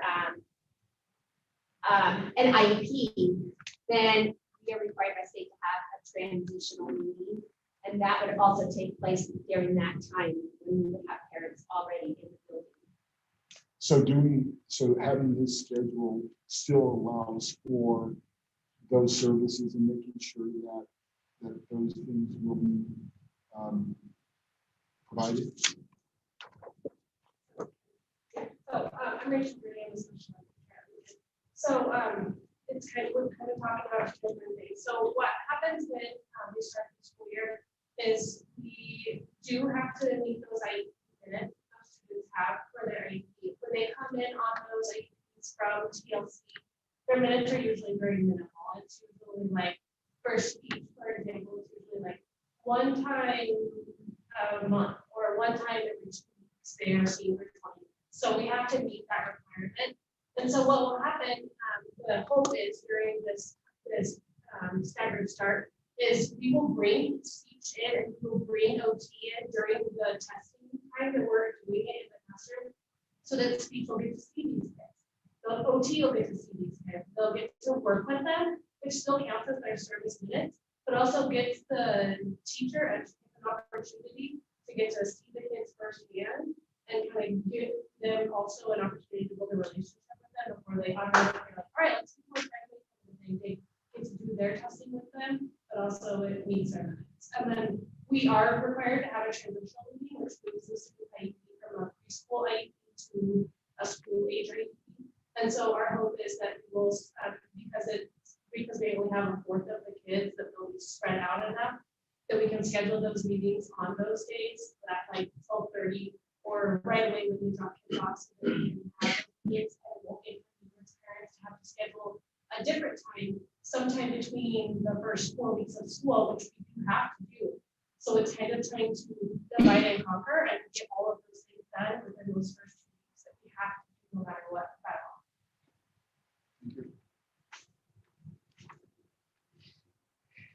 One thing that is one of the biggest challenges, especially with this at the elementary level, and I've told Mrs. Sims this, that all my experiences in principal K through 12, K1 through 2 is the most difficult, and kindergarten in particular.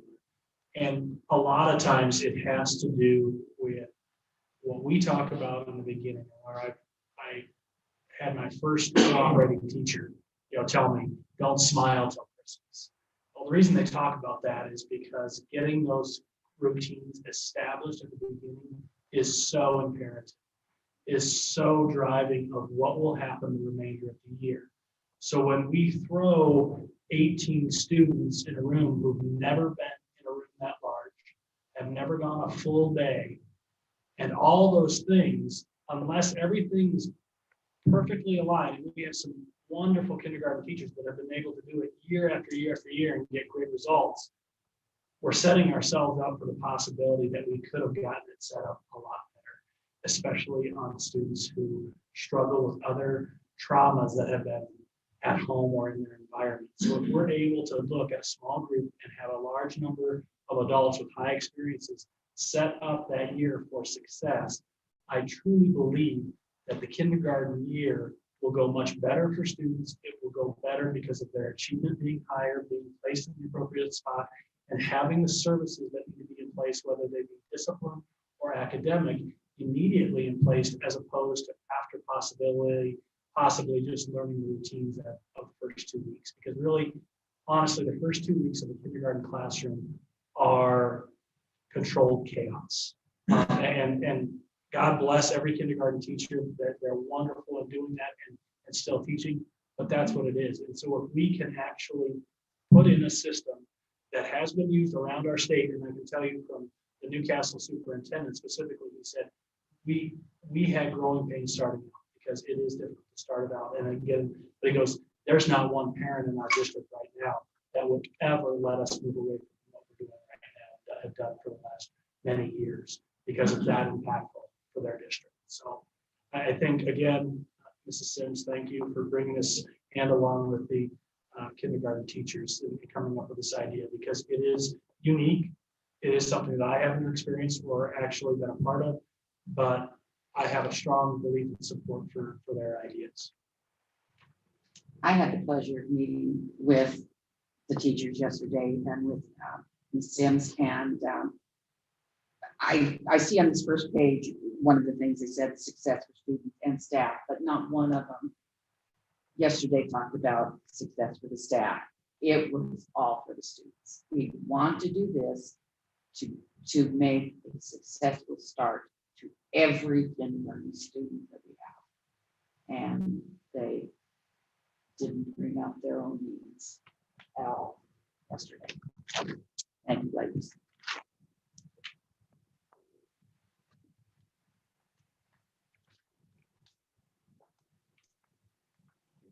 Thank you, Ms. Sims. So item 3 on information and proposals is a report on the 2021 salary relations by board members. Ms. Patrick had to leave, so that leaves Mr. Miller and myself to kind of report on this. Do you want to start? Both of us had limited time. I filled in for Mr. Miller on the Saturday. And it was my first go around with it. I think just my input I was able to attend the first day of salary relations and not the second, unfortunately.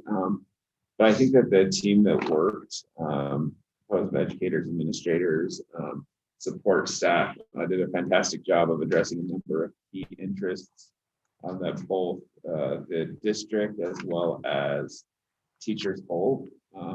This is probably one of the most comprehensive proposals to come out of salary relations in the 3 or 4 years that I've been on the board now. And so just commend the work that was done in there. And I would echo that even for the one day that I was there. Yeah, I don't have anything to add. So appreciate everybody's time in working on those issues. So we'll move on to public forum. Do we have anybody? Okay. Moving on then to consent agenda. Are there any items that a trustee wishes to pull from the consent agenda? Hearing none, can I have a motion to approve the consent agenda as presented? So moved. Thank you, Mr. Sussex. Is there a second? Second. Thank you, Mr. Schmick. Any discussion? All those in favor of approving the consent agenda, please signify by saying aye. Aye. All those opposed? Are there any abstentions? Motion passes.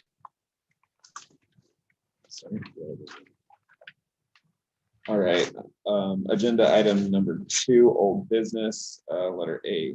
It is recommended that we approve proposed new district policy 5127A, graduation requirements for the alternative Platte River School as presented on second and final reading.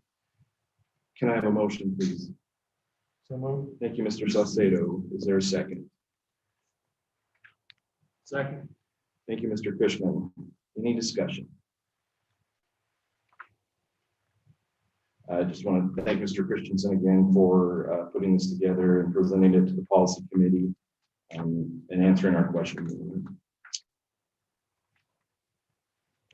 All those in favor of approval of proposed new district policy 5127A, graduation requirements for alternative Platte River School as presented on second and final reading, please signify by saying aye. Aye. All those opposed? Are there any abstentions? The motion passes. Agenda item 3, new business, letter A, consider acceptance of certified staff resignation. It is recommended that we accept the retirement submitted by Trail Elementary School Glenn Walsh, effective at the end of the school year, and that we accept the resignation submitted by Southeast Elementary teacher Beth Gordon, effective at the end of the 2021 school year. Can I have a motion, please? So moved. Thank you, Ms. Bullington. Is there a second? Second. Thank you, Mr. Cushman. Any discussion?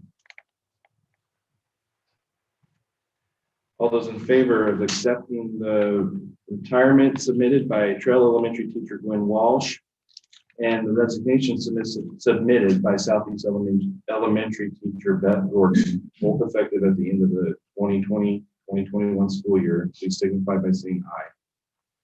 Aye. All those opposed? Are there any abstentions? The motion passes. Item B, approve the fiscal year 2022 preliminary budget as presented. Can I have a motion, please? Thank you, Mr. Schmidt. Is there a second? Thank you, Mr. Hager. Any discussion? Ms. Case. Mr. Chair, members of the board, on page 72 of your packet is the preliminary budget for the general fund. This mirrors what was presented to you in our work session after salary relation items and expenditures are accounted for. You can see the $865,000 that we spoke about is satisfied, assuming that the salary relations item for the bonus is accounted for. That would put us finishing this year at a 13.82% carryover. And then fiscal year 21-22, I am extremely excited. This is a balanced budget. That doesn't always happen. We typically are going into past year's carryover, but this has fiscal year 21-22 at a 14.35% carryover. Thank you, Ms. Case. I think just to add on to that, that even with a balanced budget, we're still going to be under our 15% carryover. So we're still kind of doing our same practice of managing that well. So thank you. Is there any other discussion or questions? All those in favor of approving the fiscal year 2022 preliminary budget as presented, please signify by saying aye. Aye. All those opposed? Are there any abstentions? The motion passes. Item C, recommendation is to amend the district's salary relations proposal removing item number 20 on page 82.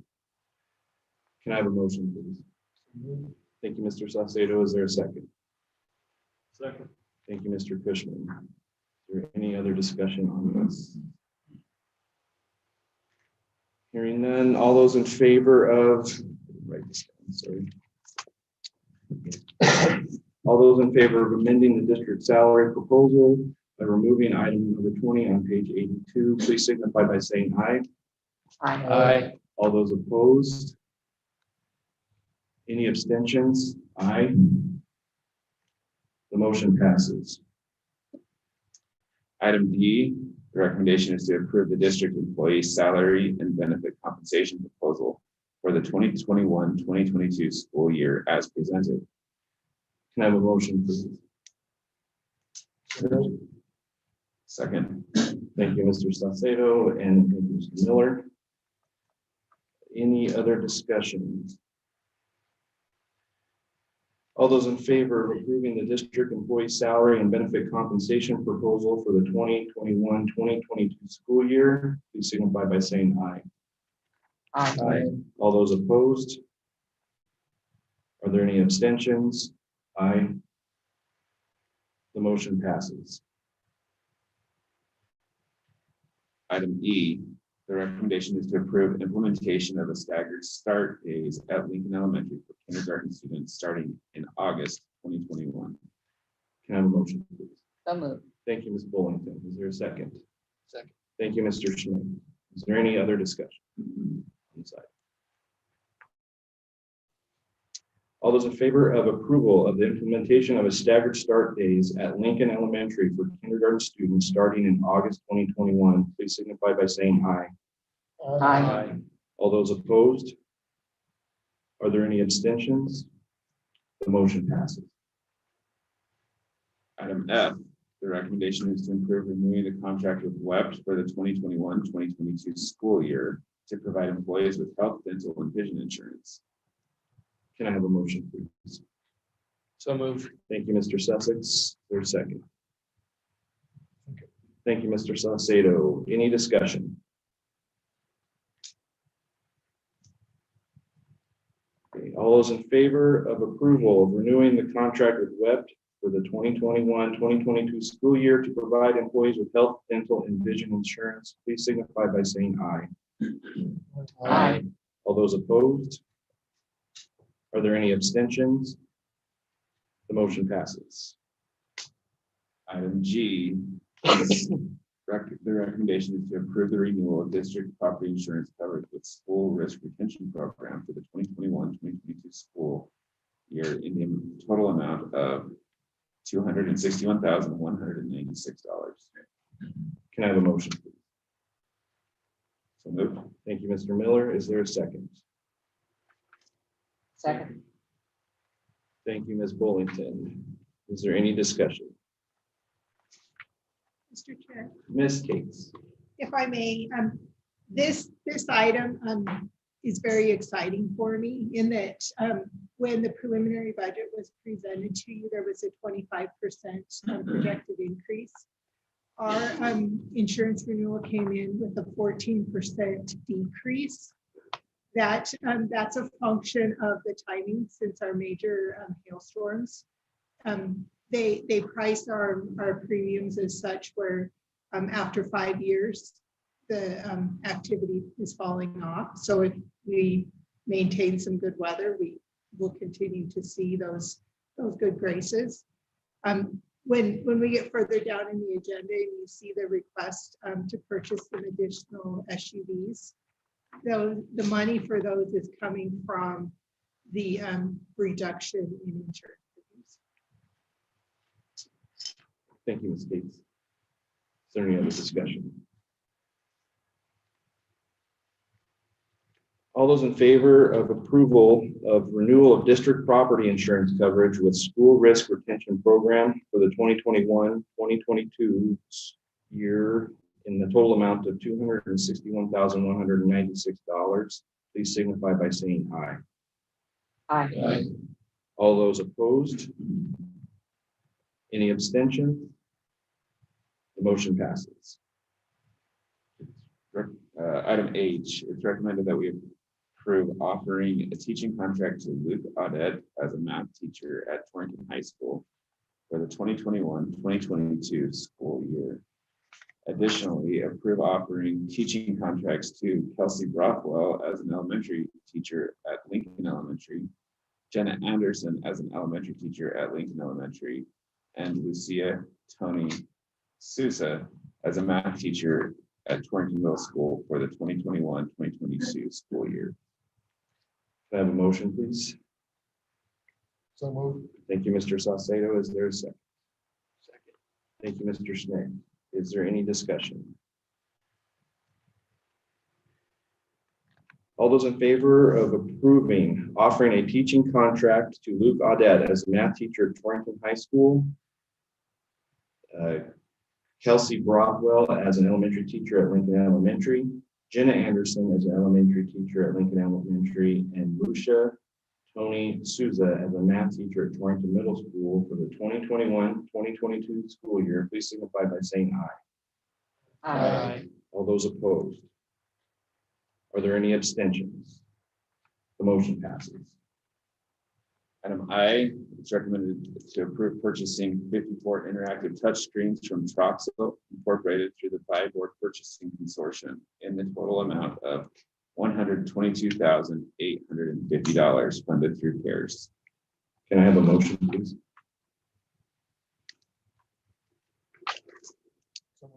Thank you, Mr. Saucedo. Is there a second? Second. Thank you, Mr. Suffolk. Any discussion? All those in favor of approval of purchasing 54 interactive touch screens from Troxel Incorporated through the Buy Board Purchasing Consortium in the total amount of $122,850 funded through CARES, please signify by saying aye. Aye. All those opposed? Are there any abstentions? The motion passes. New business, item J, approve the purchase of 6 interactive touchscreens from Troxel Incorporated in the total amount of $13,728 funded through Title IV. Can I have a motion, please? So moved. Thank you, Mr. Sussex. Is there a second? Second. Thank you, Mr. Hager. Any discussion? All those in favor of approval of the purchase of 6 interactive touchscreens from Troxel Incorporated in the total amount of $13,728 funded through Title IV, please signify by saying aye. Aye. All those opposed? Are there any abstentions? The motion passes. Item K, it's recommended to approve the purchase of 840 cases of district copy paper from Contract Paper Group in the total amount of $24,780. Can I have a motion, please? Thank you, Mr. Schmick. Is there a second? Second. Thank you, Mr. Miller. Any discussion? All those in favor of approval of the purchase of 840 cases of district copy paper from Contract Paper Group in the total amount of $24,780, please signify by saying aye. Aye. All those opposed? Any abstentions? The motion passes. Recommended to approve the purchase of an automotive alignment rack for the THS Auto Shop from McGee Company in the total amount of $49,806.66 from the general fund. Can I have a motion, please? So moved. Thank you, Mr. Saucedo. Is there a second? Second. Thank you, Mr. Miller. Any discussion? So I'm not familiar with how this works, but this 49,806, is that just for the rack or is that installment as well? How does that work? I'll let Mr. Christensen answer that. It's a couple pieces of equipment. One's a rack. It's 14,000 pound lift for the first bay in the auto shop. Additionally, about half of the expense is the alignment system. It's a computerized system to do alignments on vehicles. And that system will work in tandem with the rack. And it also includes an install that the company will come put it in. Any other questions or discussion? All those in favor of approval of the purchase of an automotive alignment rack for the THS Auto Shop from McGee Company in the total amount of $49,806.66 funded through the general fund, please signify by saying aye. Aye. All those opposed? Any abstentions? The motion passes. Item M, approve the purchase of band instruments for Torrington Middle School from Hill Music in the total amount of $23,720, and from Taylor Music in the total amount of $16,580 from the general fund. Can I have a motion, please? So move. Thank you, Mr. Sussex. Is there a second? Second. Thank you, Mr. Schmick. Any discussion? I guess probably would have been that asked this question sooner, but a lot of the stuff that we are approving tonight is because we have so much money that's part of that carryover to get us back down to where you were presenting earlier on where we're going to be at the end of the year.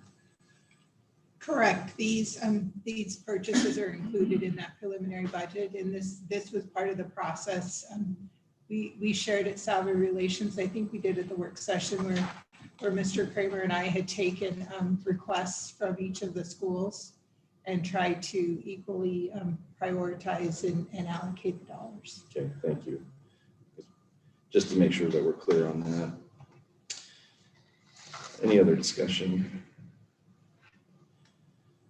All those in favor of approval of the purchase of band instruments for Torrington Middle School from Hill Music in the amount of $23,720 and from Taylor Music in the amount of $16,580 funded through the general fund, please signify by saying aye. Aye. All those opposed? Any abstentions? The motion passes. Item N, recommendation is to approve the purchase of football shoulder pads, helmets, and girdles for Torrington Middle School Southeast and Torrington High School from Riddell in the total amount of $14,696.31 from the general fund. Can I have a motion, please? Move to approve. Thank you, Mr. Miller. Is there a second? Second. Thank you, Mr. Sussex. Any discussion? Mr. Chair. Ms. Cates. I'd like to notate on this one that we also funded shoulder pads for Lingle, but they used a different vendor. So we were funding shoulder pads district-wide. And that one showed up at probably in the consent agenda because it was under a certain amount or. It was under 5,000, so Mr. Kramer was able to approve it based Okay. upon purchasing guidelines. Sure. Any other discussion? All those in favor of approval of the purchase of football shoulder pads, helmets, and girdles for Torrington Middle School, Southeast, and Torrington High School from Riddell in the total amount of $14,696.31, funded through the general fund, please signify by saying aye. Aye. All those opposed? Any abstentions? The motion passes.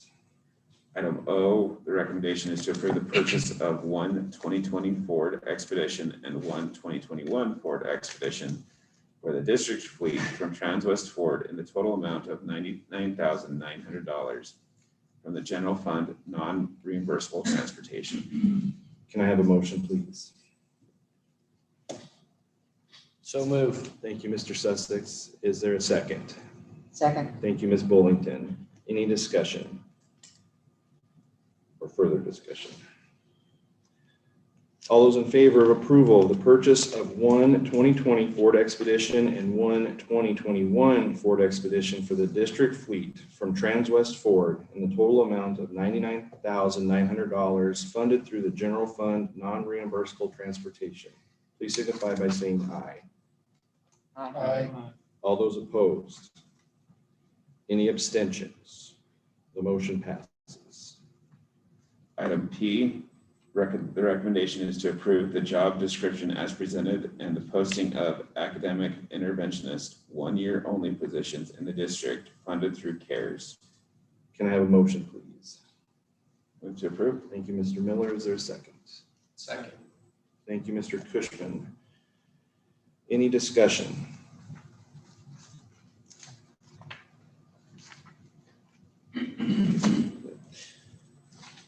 All those in favor of approval of the job description as presented and the posting of an academic interventionist, 1 year only positions in the district funded through CARES, please signify by saying aye.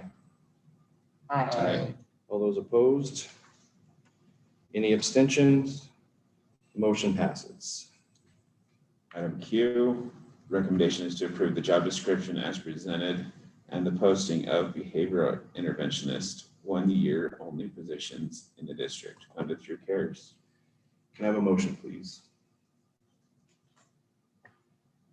Move to approve. Thank you, Mr. Miller. Is there a second?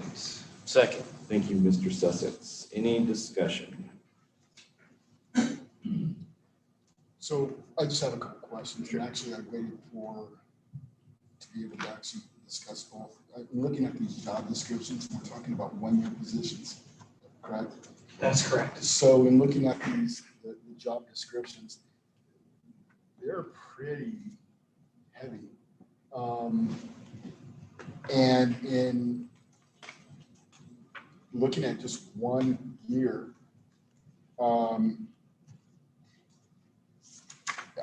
there's not a plan, sustainability plan to actually possibly look at keeping? So that's going to be one of the biggest discussions as we see and that I foresee and I have had with principals is as we set these priorities for years to move forward, is there a piece where we need to look at where our priorities lie in regards to class sizes, other positions that we employ?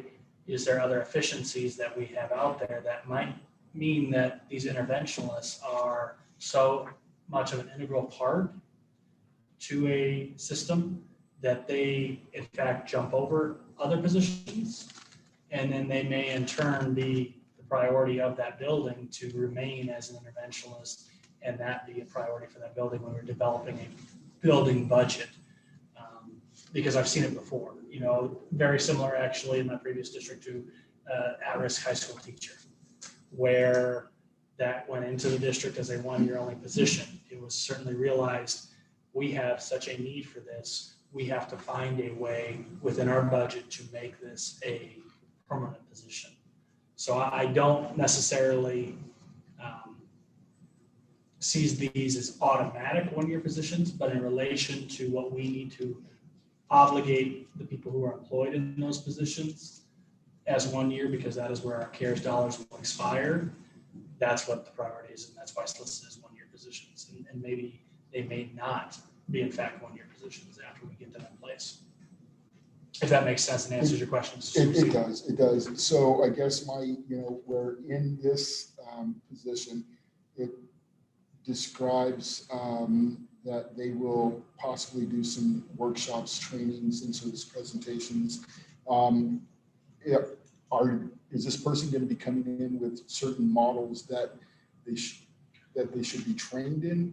One of the biggest pieces to this is supporting the problem-solving team that we established this school year in the discussions that talk about the interventions and what we envision as these interventions and these students that really how it is COVID related also is providing those intense 15 to 20 minute intervention times with students that are not necessarily students who may qualify for an IEP, but they might be those students that sometimes are described as gray area students where they're not necessarily achieving at grade level on a continuous basis, but they need some sort of intervention either daily or weekly, however, depending upon what the problem solving team aligns and then aligns those goals for that student to then provide that.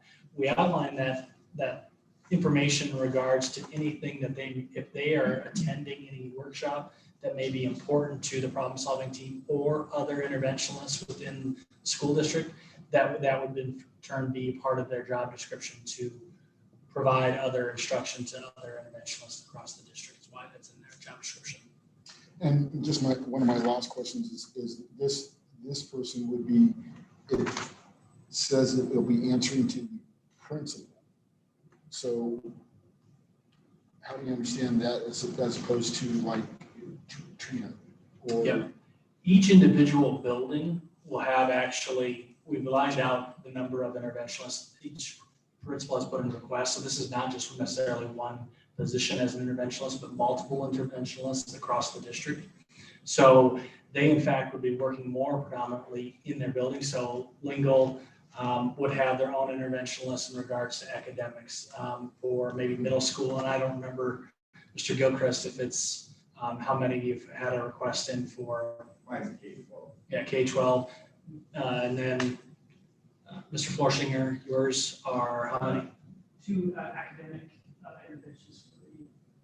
And so where those might be placed is dependent upon their working with that individual principal, because the primary goal is going to be supporting the problem-solving team that we put in place this year. That's probably the hardest part of establishing a high-quality, those PST teams, as we call them, is developing time for classroom teachers or special education teachers or Title I teachers to provide the intervention to the students, because we know that those chunks of time are what's going to be valuable in that instruction, not necessarily pulling them out of class for an hour and a half to supplement it. It's those things that we can pull for quick times, provide intense instruction, and then hopefully move on and then monitoring that data is the key also.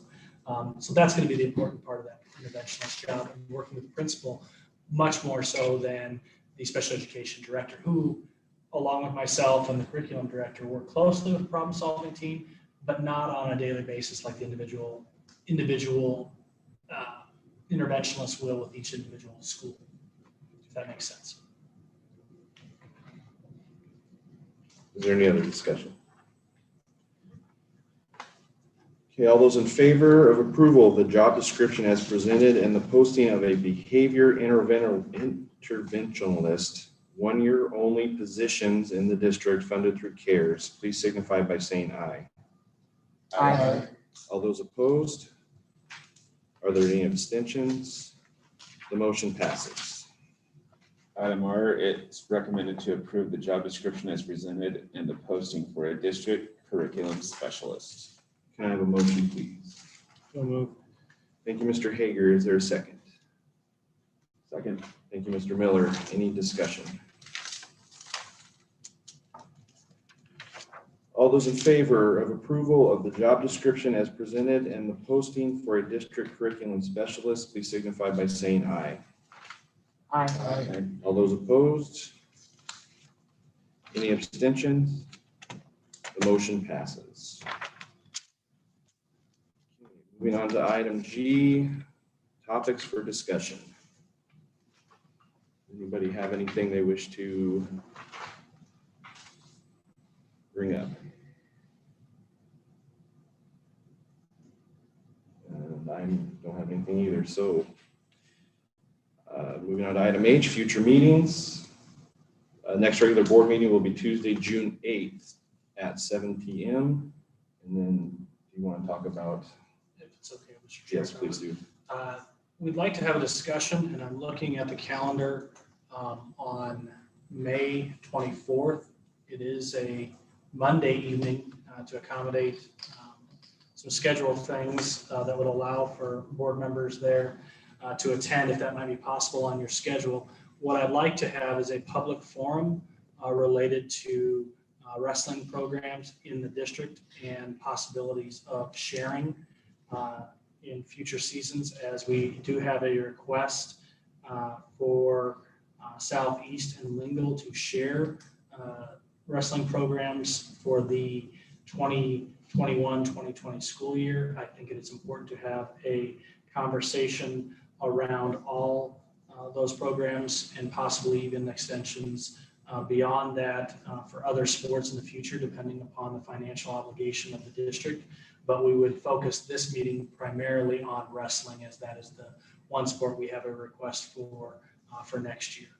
And it would be a public forum where the public would have an opportunity to comment to the board, much like we did in our special meeting relating to face coverings. Will it be held here? Or I would probably say best auditorium, just in case, because I mean, the interest level might vary, but as we saw tonight, even with just the number of retirees, we were pretty full. So it might be best just to, as I think that was a pretty good venue. I mean, please speak up if you have differences or different ideas where you think that, you know, an alternative venue would be more appropriate, but I thought it worked pretty well for the number of people that we had in place for that conversation. I think that topic's going to be something you might need to actually plan for. Sure. And I'm sorry, did I miss a time? I did not mention the time, so I would be open to any suggestions on that. So we'll start with, is May 24th okay with everybody? I have a conflict on the 25th, so, but I don't want to preclude that if that's going to alienate more people. I also have a conflict on the 25th, Oh. so that was it worked out well, Chairman Jesperson. That was not planned. Okay, May 24th, 7 o'clock, or do you want to do sooner on a Monday night? Just due to the length of discussion that I might anticipate, I recommend we start at 6. Okay. Is everybody agreeable to that? I see that works. So we will plan for May 24th, 6 o'clock at the Torrington High School Auditorium with a public forum to discuss wrestling. Okay, we'll move on into the superintendent's report. Mr. Kramer. I'll share my screen here with our current list of staffing and in-district transfers. Zoom in a little bit. As you can see, we will have a number that will be filled due to our agenda items this evening. And ones related to new positions will also open. We continue to have some as we update daily, as today was a rather busy day as we've had some adjustments related to some resignations that are coming. And then there may be some in the future that will come up that are, we did find a lot of success in related to our hard to fill positions. And I do appreciate, I want to just reflect back on the 2 math positions where we went 4 weeks without having any applicants. And we were very fortunate in both those positions that we did have the signing bonus. that we did attract not a large pool, but a pool of candidates that would have been very successful. And we feel that we did we're very fortunate in getting some excellent candidates in the positions, and will serve our students well going into the years forward. Our next item that I had, I'm going to switch over to a different screen, is the update on enrollment.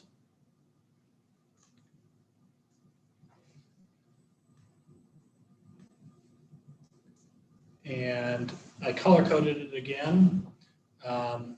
So the first color coding is relation to previous years. So as you can see, we had 2018, 19, and 20. Red is indicating that it is less than all 3 of the previous years. Yellow is indicating that it is 1 or 2 below. If it is green, it means it's larger than all the 3 previous years. This orange indicates that it is the same as the previous month.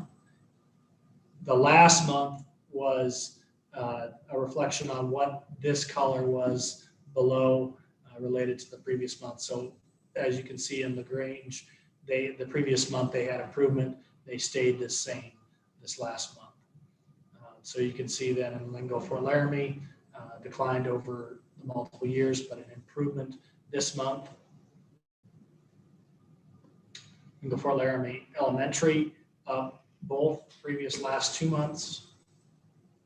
Middle school up this last month.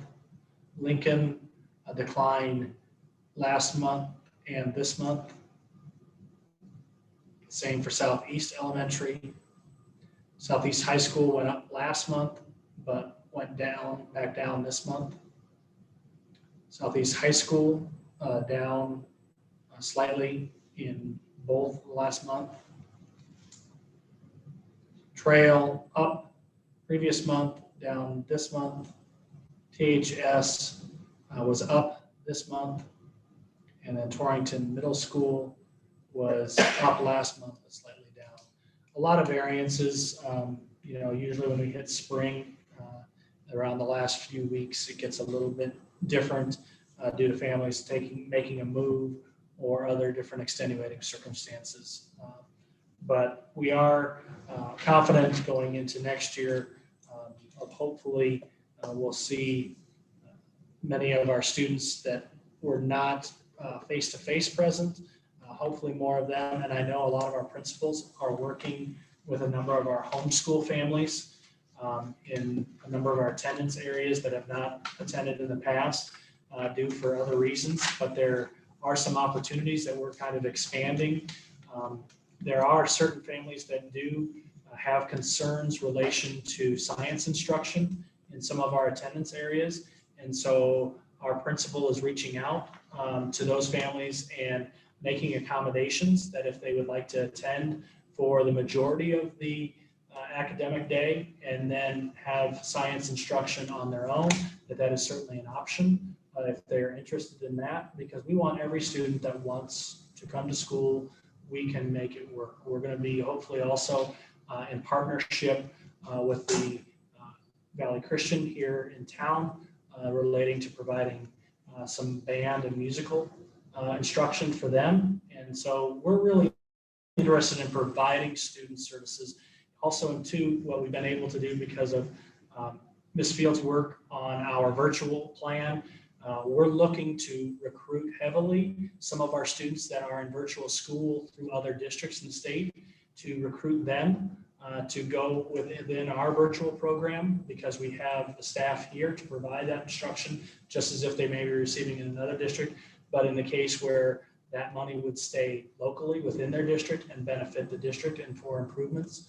And that's a high priority for us, because we know what is impacting our funding is students in seats or students face to screen.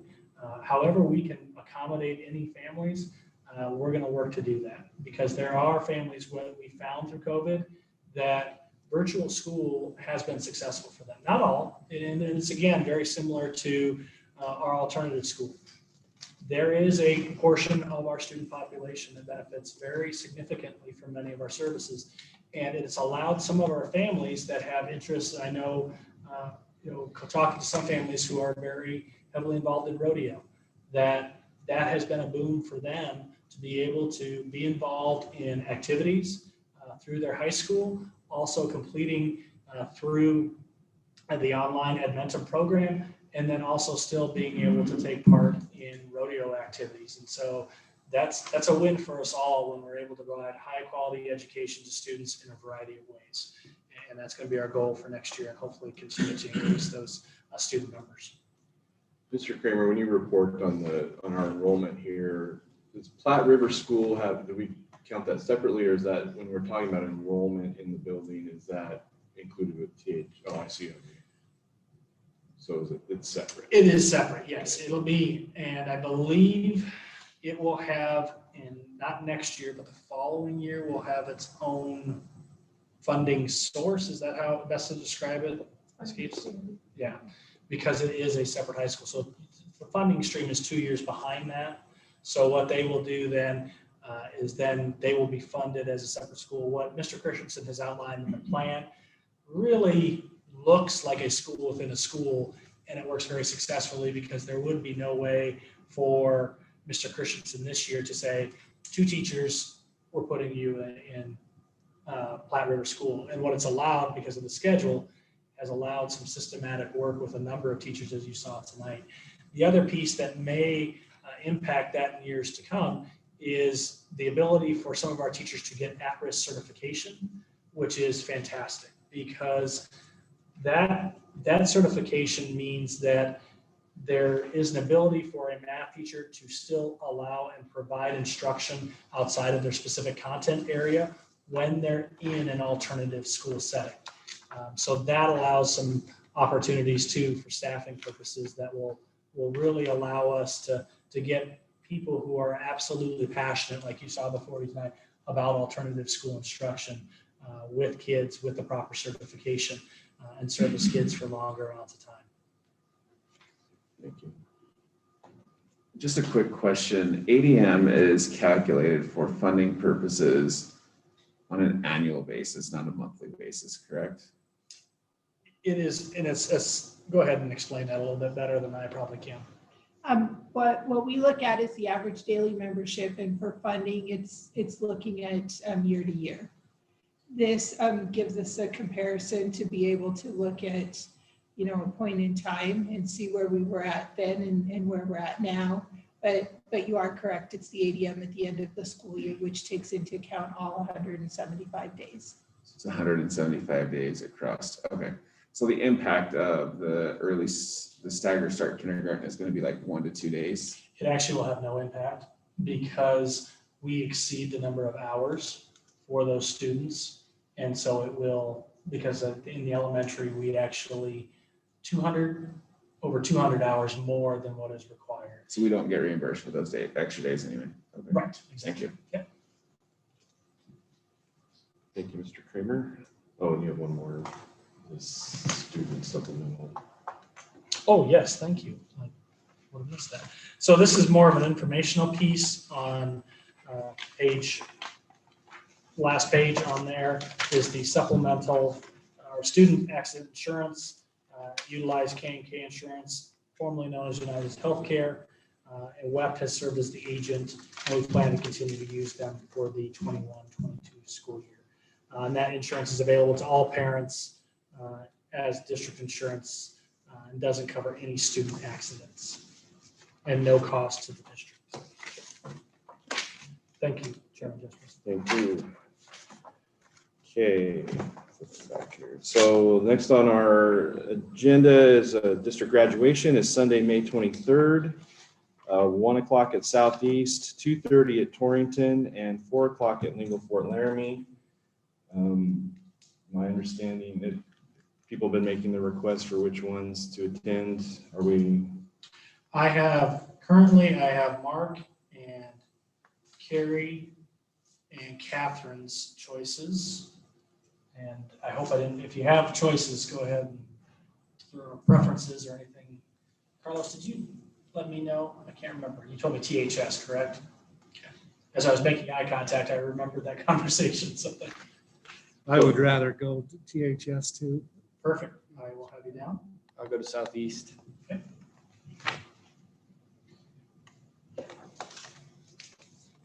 And I guess the thing I'm gonna ask, I mean, normally all of us would actually attend all three, and but last year was because of COVID. So this year, is it? As I understood it, it was the year previous that Catherine had talked about not having to obligate everyone to go. So as long as it was divided up and there was representation at each, that you can certainly choose to go if you'd like, but I would not say that there would be any expectation to attend all three if there's, as long as we have a representation at all three, it would be appropriate. Okay. So if a person was to choose, let me know if you would choose all three? Just let me know. Yep, that'd be perfectly fine. And I'm planning on attending all three also, so. Put me down for all three, please. Just so the trustees and even Mr. Kramer, the 22nd is actually my wedding anniversary, and I got informed last week that we are going out of town that weekend, so I will not be at graduation this year. Oh, wait a minute. I remember this conversation. You recall that? I do. I got informed. You can put me down for Southeast Family. Go to both. I'll just fill in wherever needs somebody. I'll go with wherever you need. I think you can just pick where you want to go. Where you'd like. Your times are 1, 2:30, and 4 for times. I don't know if any times work best for you or any preference. I'll do Southeast. I'll go to Torrington. Torrington? Okay. Southeast is at 1.